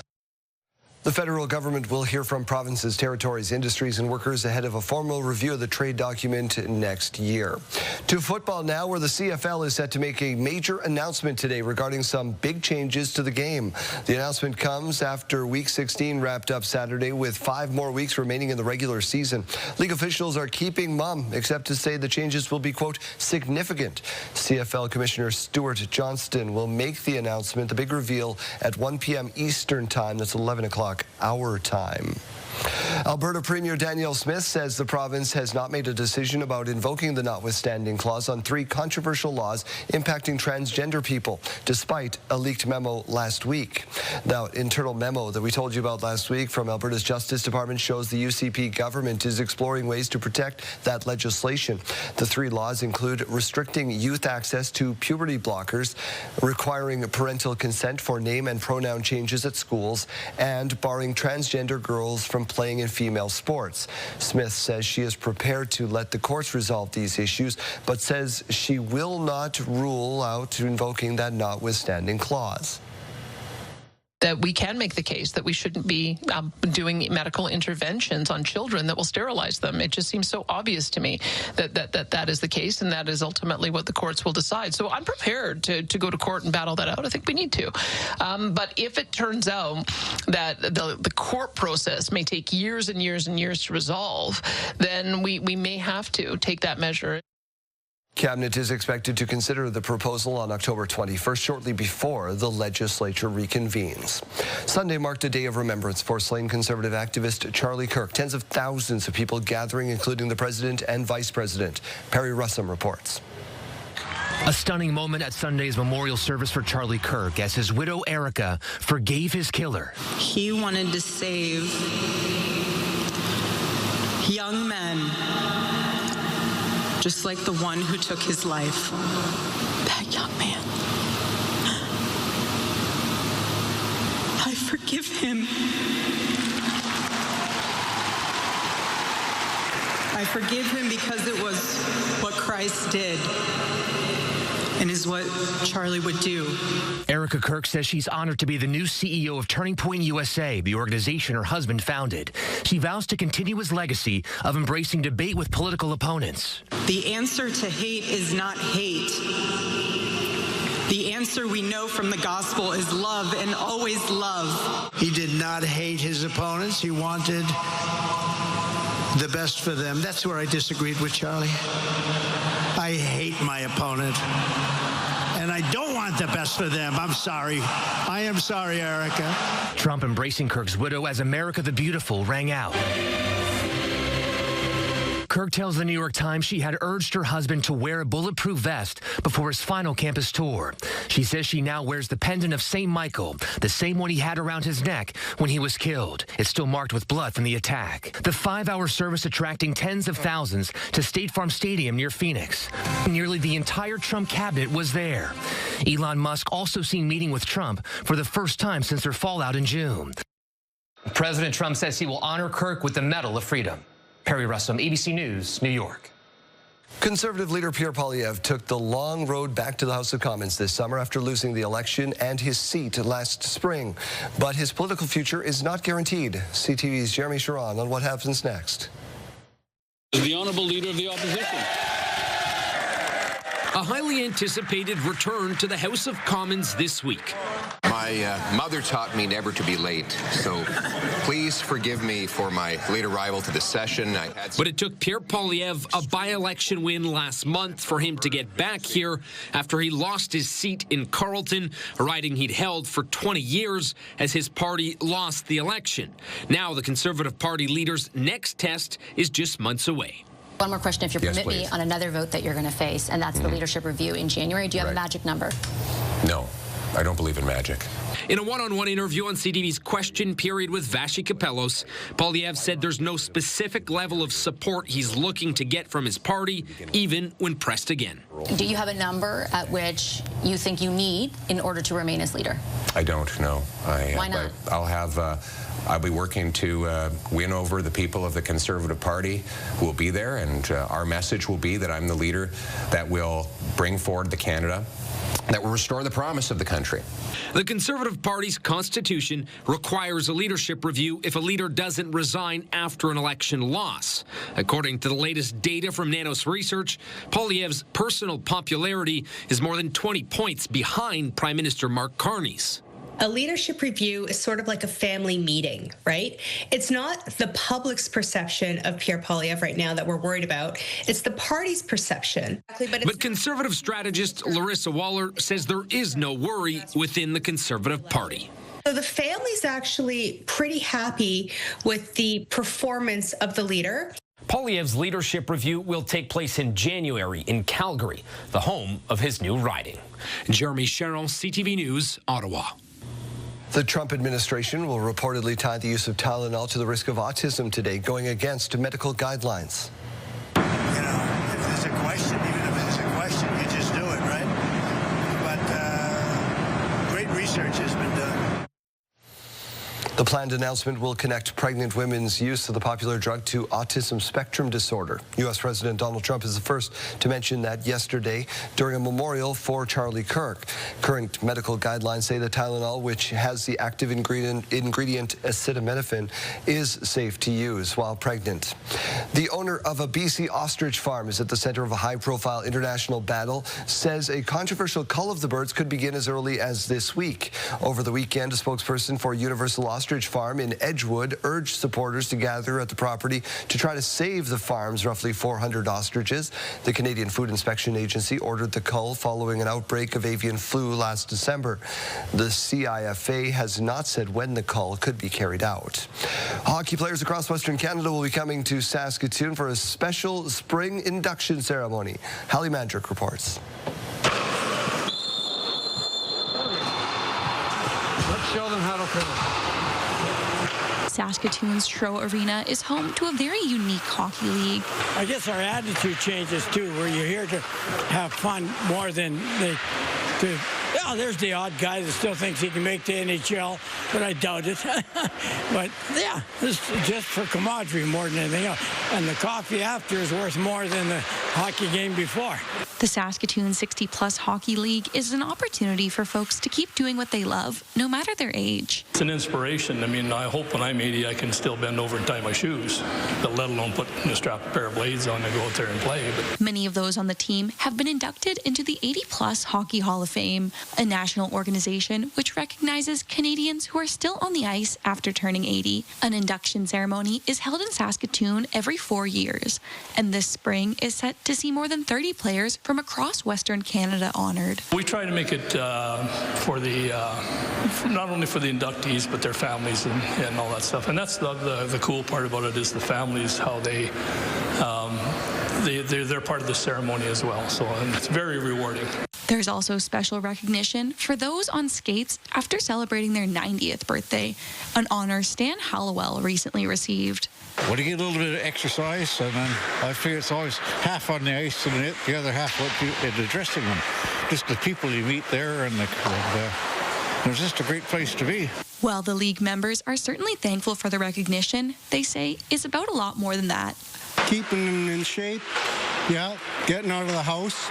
My wife loves it because I leave for a while. It's great. A great bunch of guys. And you got to do something. I mean, you just want to sit in a rocking chair and die? Well, no. Got to do something. Hallie Mandrick, CTV News, Saskatoon. The Warman Wolverines held their inaugural home opener Friday night against the Humboldt Broncos. Wolverines are the newest SJHL franchise in 28 years. Of course, they were the Notre Dame Hounds. More than 1,300 fans in attendance for the team's first game over at the Warman Communiplex, including the league's commissioner. Yeah, I think we're all looking for it. Like, we were wanting it really bad. Sucks obviously for us, and then obviously for the fans that we couldn't do that for them tonight. But next Saturday against Kindersley, we're hoping to do that for them. When a building's packed, it always gets the players up and fired up and try to get the rest out of them. So I thought both ways that it was a physical game at times, and there was a lot of good plays and a lot of big saves. So it was great to see the fans enjoy it. The Broncos won the game 3-0. Roger Davies is the fastest man on one big wheel and two small ones. And he looked cool doing it as he raced to victory in the 2025 British Penny Farthing Championship. He's master of the vintage bike, taking his third title. If you're wondering just how big that bike might be, it's 2.5 meters tall. Would you try it, Kayleen? I mean, I'll try anything once, right? Yeah, you got to. If anybody out there has one of those bikes, bring it on by the studio. We'll try it out. Yeah, it could be a fun little segment we could try. All right, let's get on over to this weather center. We're seeing some beautiful temperatures to start the day. How beautiful is that fall foliage as well on this morning view? Temperatures, though, still feeling more like summer. 12 degrees to start the day with a mix of sun and cloud in Regina. In Saskatoon, 15 degrees. Mainly cloudy now, but we are going to see a lot of sunshine later on this afternoon. Wind gusts up to about 30 to 35 kilometers per hour this afternoon. Futurecast showing that rain that we saw that started late last night and into those overnight hours slowly starting to push off. By this afternoon, it's going to be fully out of the province. Just seeing that mix of sun and cloud, mainly sunny though for most parts of the province there. And continuing on into tomorrow, also seeing some very warm and sunny conditions. Current temperatures now showing Buffalo Narrows sitting at 12 degrees, Spiritwood at 13 degrees, a few degrees cooler through Nipawin this morning at 10 degrees to start the day. Very warm and sunny in Moose Jaw this morning, 16 degrees, cooler through Assiniboia at 14 degrees, and Estevan right between those sitting at 13 degrees right now. Your pumpkin patch forecast for this weekend. It was a little bit hot this past weekend to go out to those pumpkin patches, but this coming weekend it's going to be looking a little bit cooler, but still above the seasonal average. On Saturday for Regina, 23 degrees, Sunday up to 24. In Saskatoon, 21 degrees for Saturday, and Sunday reaching 19 degrees. So it's going to be an ideal day to get outside, go to those corn mazes, go to those pumpkin patches, take advantage of these beautiful fall temperatures. Now, today in Regina, the high is expected to be 22 degrees. Some more sunshine on the way for Tuesday, Wednesday, and Thursday before some more clouds come back for Friday. All of these temperatures, though, in our 7-day forecast are above that seasonal average of 16 degrees. 24 degrees tomorrow, 28 on Wednesday. That is going to be the hottest day of the week, really across the province. 21 degrees on Thursday and 19 degrees on Friday. In Saskatoon, 21 degrees will be the high today, 26 degrees tomorrow, 27 degrees on Wednesday with a few more clouds returning to the skies, dropping down on Thursday to 19 degrees and Friday down just below that to 18 degrees with that mix of sun and cloud. Although winds not going to be increasing all too much really for the rest of the week. And as we just mentioned in that pumpkin patch forecast, you can expect some beautiful temperatures for your weekend. Your morning just got a whole lot richer. We're giving away a staggering $20,000, and it's time for today's code word. Imagine what you could do with an extra 20 grand. The possibilities are endless. Today's code word is autumn. Head to the contest page on our website or scan that QR code on your screen. Enter that code word along with your information for your chance to win CTV Your Morning Saskatchewan's $20,000 giveaway.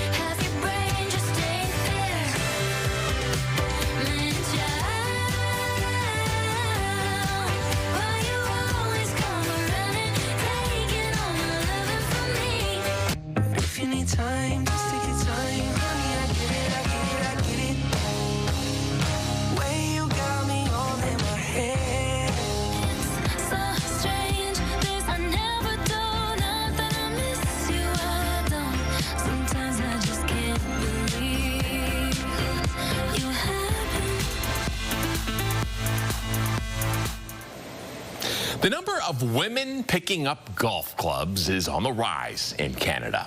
As CTV's Narima Nisa reports, women are swinging their way into a new hobby.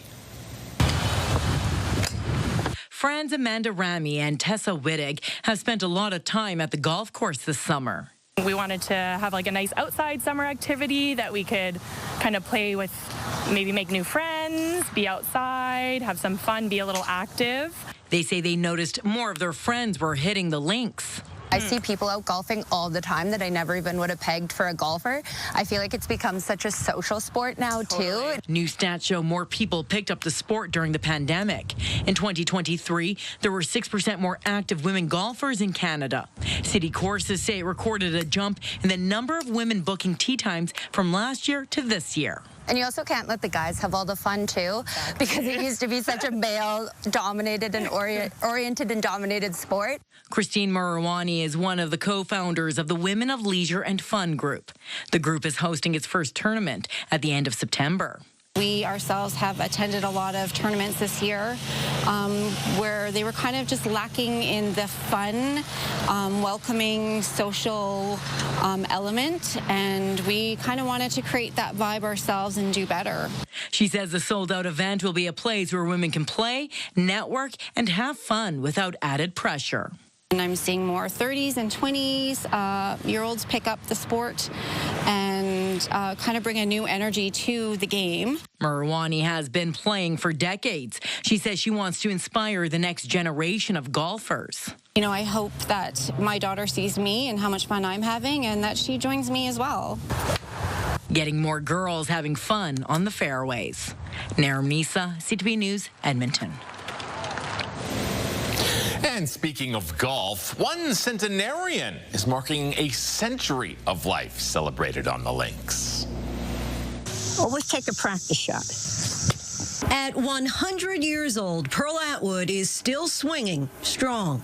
She's been golfing now for half a century, so it only made sense that the Centenarian would celebrate her 100th birthday on the golf course. My husband, he was a wonderful golfer, and he said, we have to go out when I retire. And I said, okay, I'll be brave and I'll learn it. I'm getting there slowly.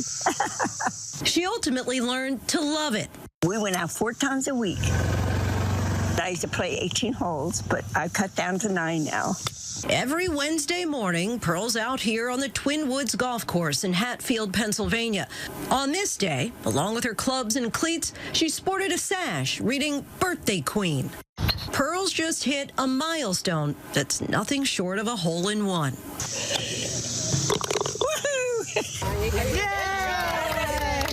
She credits her longevity in life and on the golf course to her faith. As long as God would let me live, I'll play as long as I can.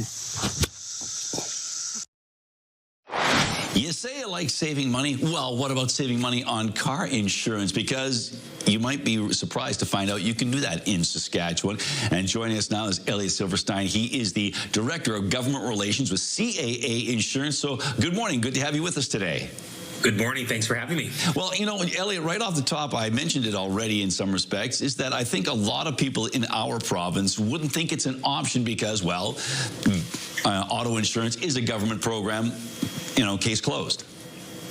Absolutely. And I think, you know, that's an opportunity here because there is optional extension insurance coverage that is available. And really, it is important to look at that to try and find solutions that fit your current needs. And that's where you talk to an insurance broker to really see what the options are out there to save you some money. Well, let's talk about the saving money side of things. How, in fact, do we save some do-re-mi?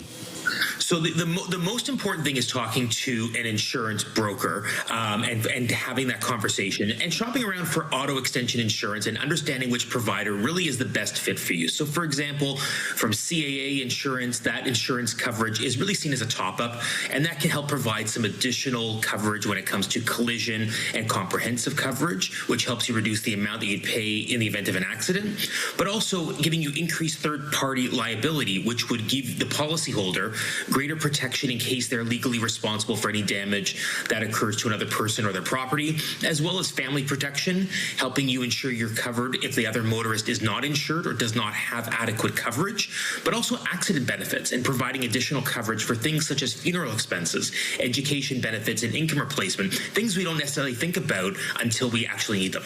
And this might be the kind of thing where, you know, people can, compare with the policies they already have in place because they might have had something similar, but there may be extra things that you can find out through an insurance broker that could, as you say, illuminate some other extra savings. Now, over and above that side of things, are there some other ways people can save money on their insurance situation?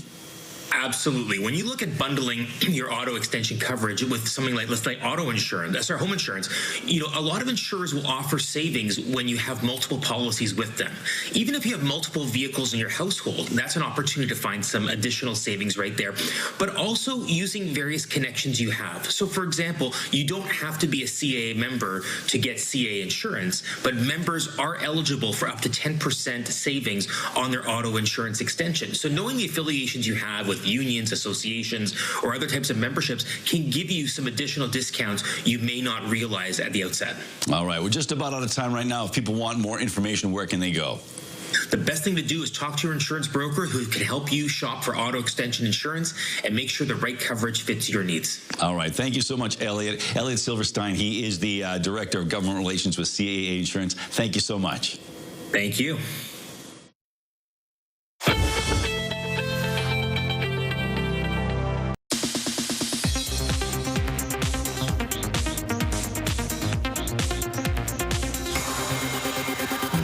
To go on a big, bold, beautiful journey?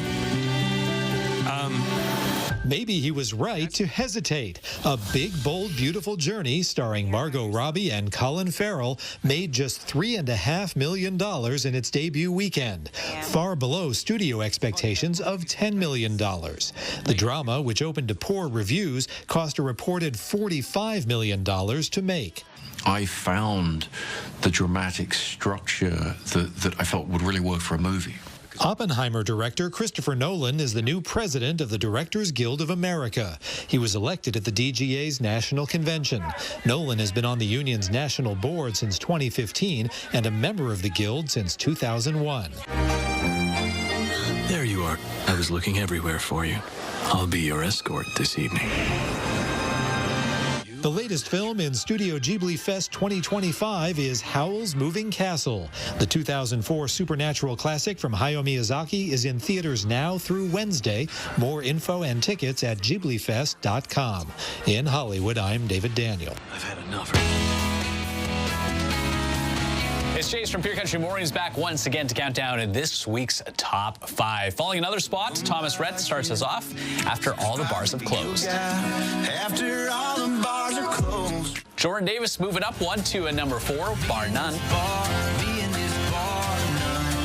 Was number 1 last week. This week, number 3 belongs to Bailey Zimmerman and Luke Combs' Backup Plan. Moving closer to that top spot, runner-up this week, Scotty McCreery and Hootie and the Blowfish with Bottle Rocket. And he spent 1 week out of the top spot and returns to take the title, take the throne. Russell Dickerson, Happened to Me, is this week's top song.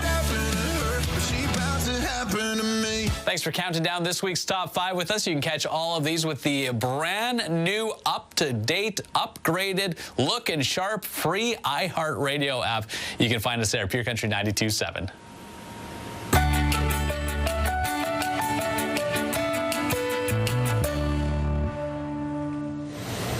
A man in Kansas who goes out for his afternoon run shirtless has a brand new incentive that keeps him running. Yeah, that incentive is delivered to him every day by a big yellow school bus full of adoring fans who call him Shirtless Dude. Here's ABC's Danny New.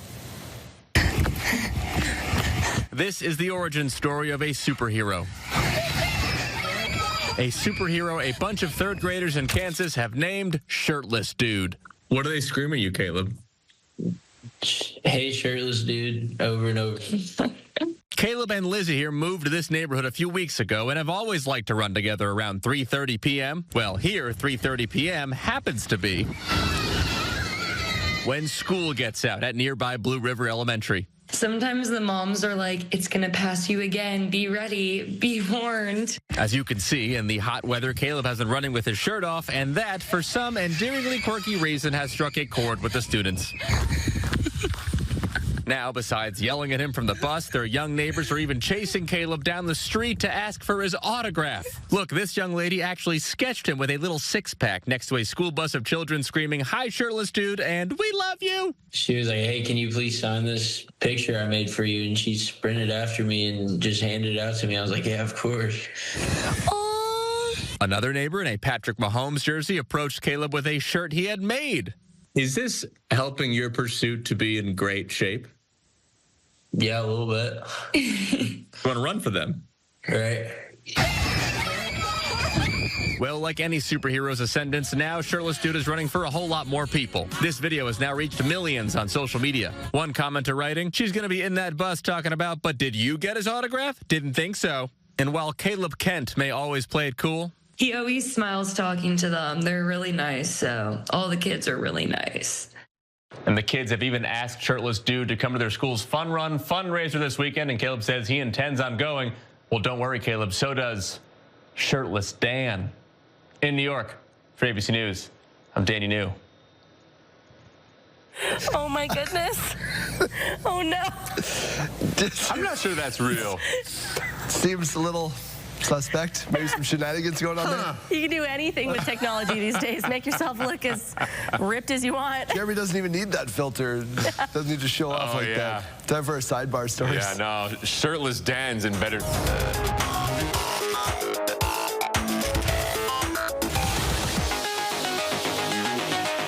We're not running with our shirts off. We're French paragliders honoring their favorite cartoon.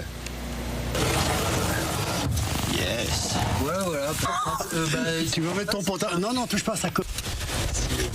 I Carnival in the Alps are inspired by Futurama. The ship took more than 200 hours to build, and they started back in May. I Carnival took place over the weekend near Grenoble, France. Interesting. Put this thing all I don't together. know if that's Wow. safe. Would have taken a while, I would guess. Some serious manpower, craftsmanship. All right, well, here's another one for you. A family in Alabama may have or has made an incredible prehistoric discovery while taking part in one of their favorite pastimes. Adam Coleman and his family spotted a cool but massive fossil in 2021 in the Alabama River. They've realized it's an intact shell from a leatherback turtle dating back 32 million years. Wow. Yeah, it's also from a never-before-discovered species of genus of leatherback turtles. But like you look at that in the ground, I look at that and I'm like, oh, it's a rock. Yeah. Yeah, cool, smooth rock. Look at, that's an awesome rock. I wonder how many things I've walked by over the years that were... Or destroyed. Or destroyed, yeah. Right? Truly. Who knows? Truly. Very quickly, a ship that sank nearly 140 years ago in Lake Michigan has been found. Researchers say they've located the FJ King. It's a wooden schooner that sank in 1886. Ooh. Before this, it's been known as a ghost ship. Do-do-do-do. All right, some nice history to end us off on this Monday morning. Yeah, we'll see you back here tomorrow.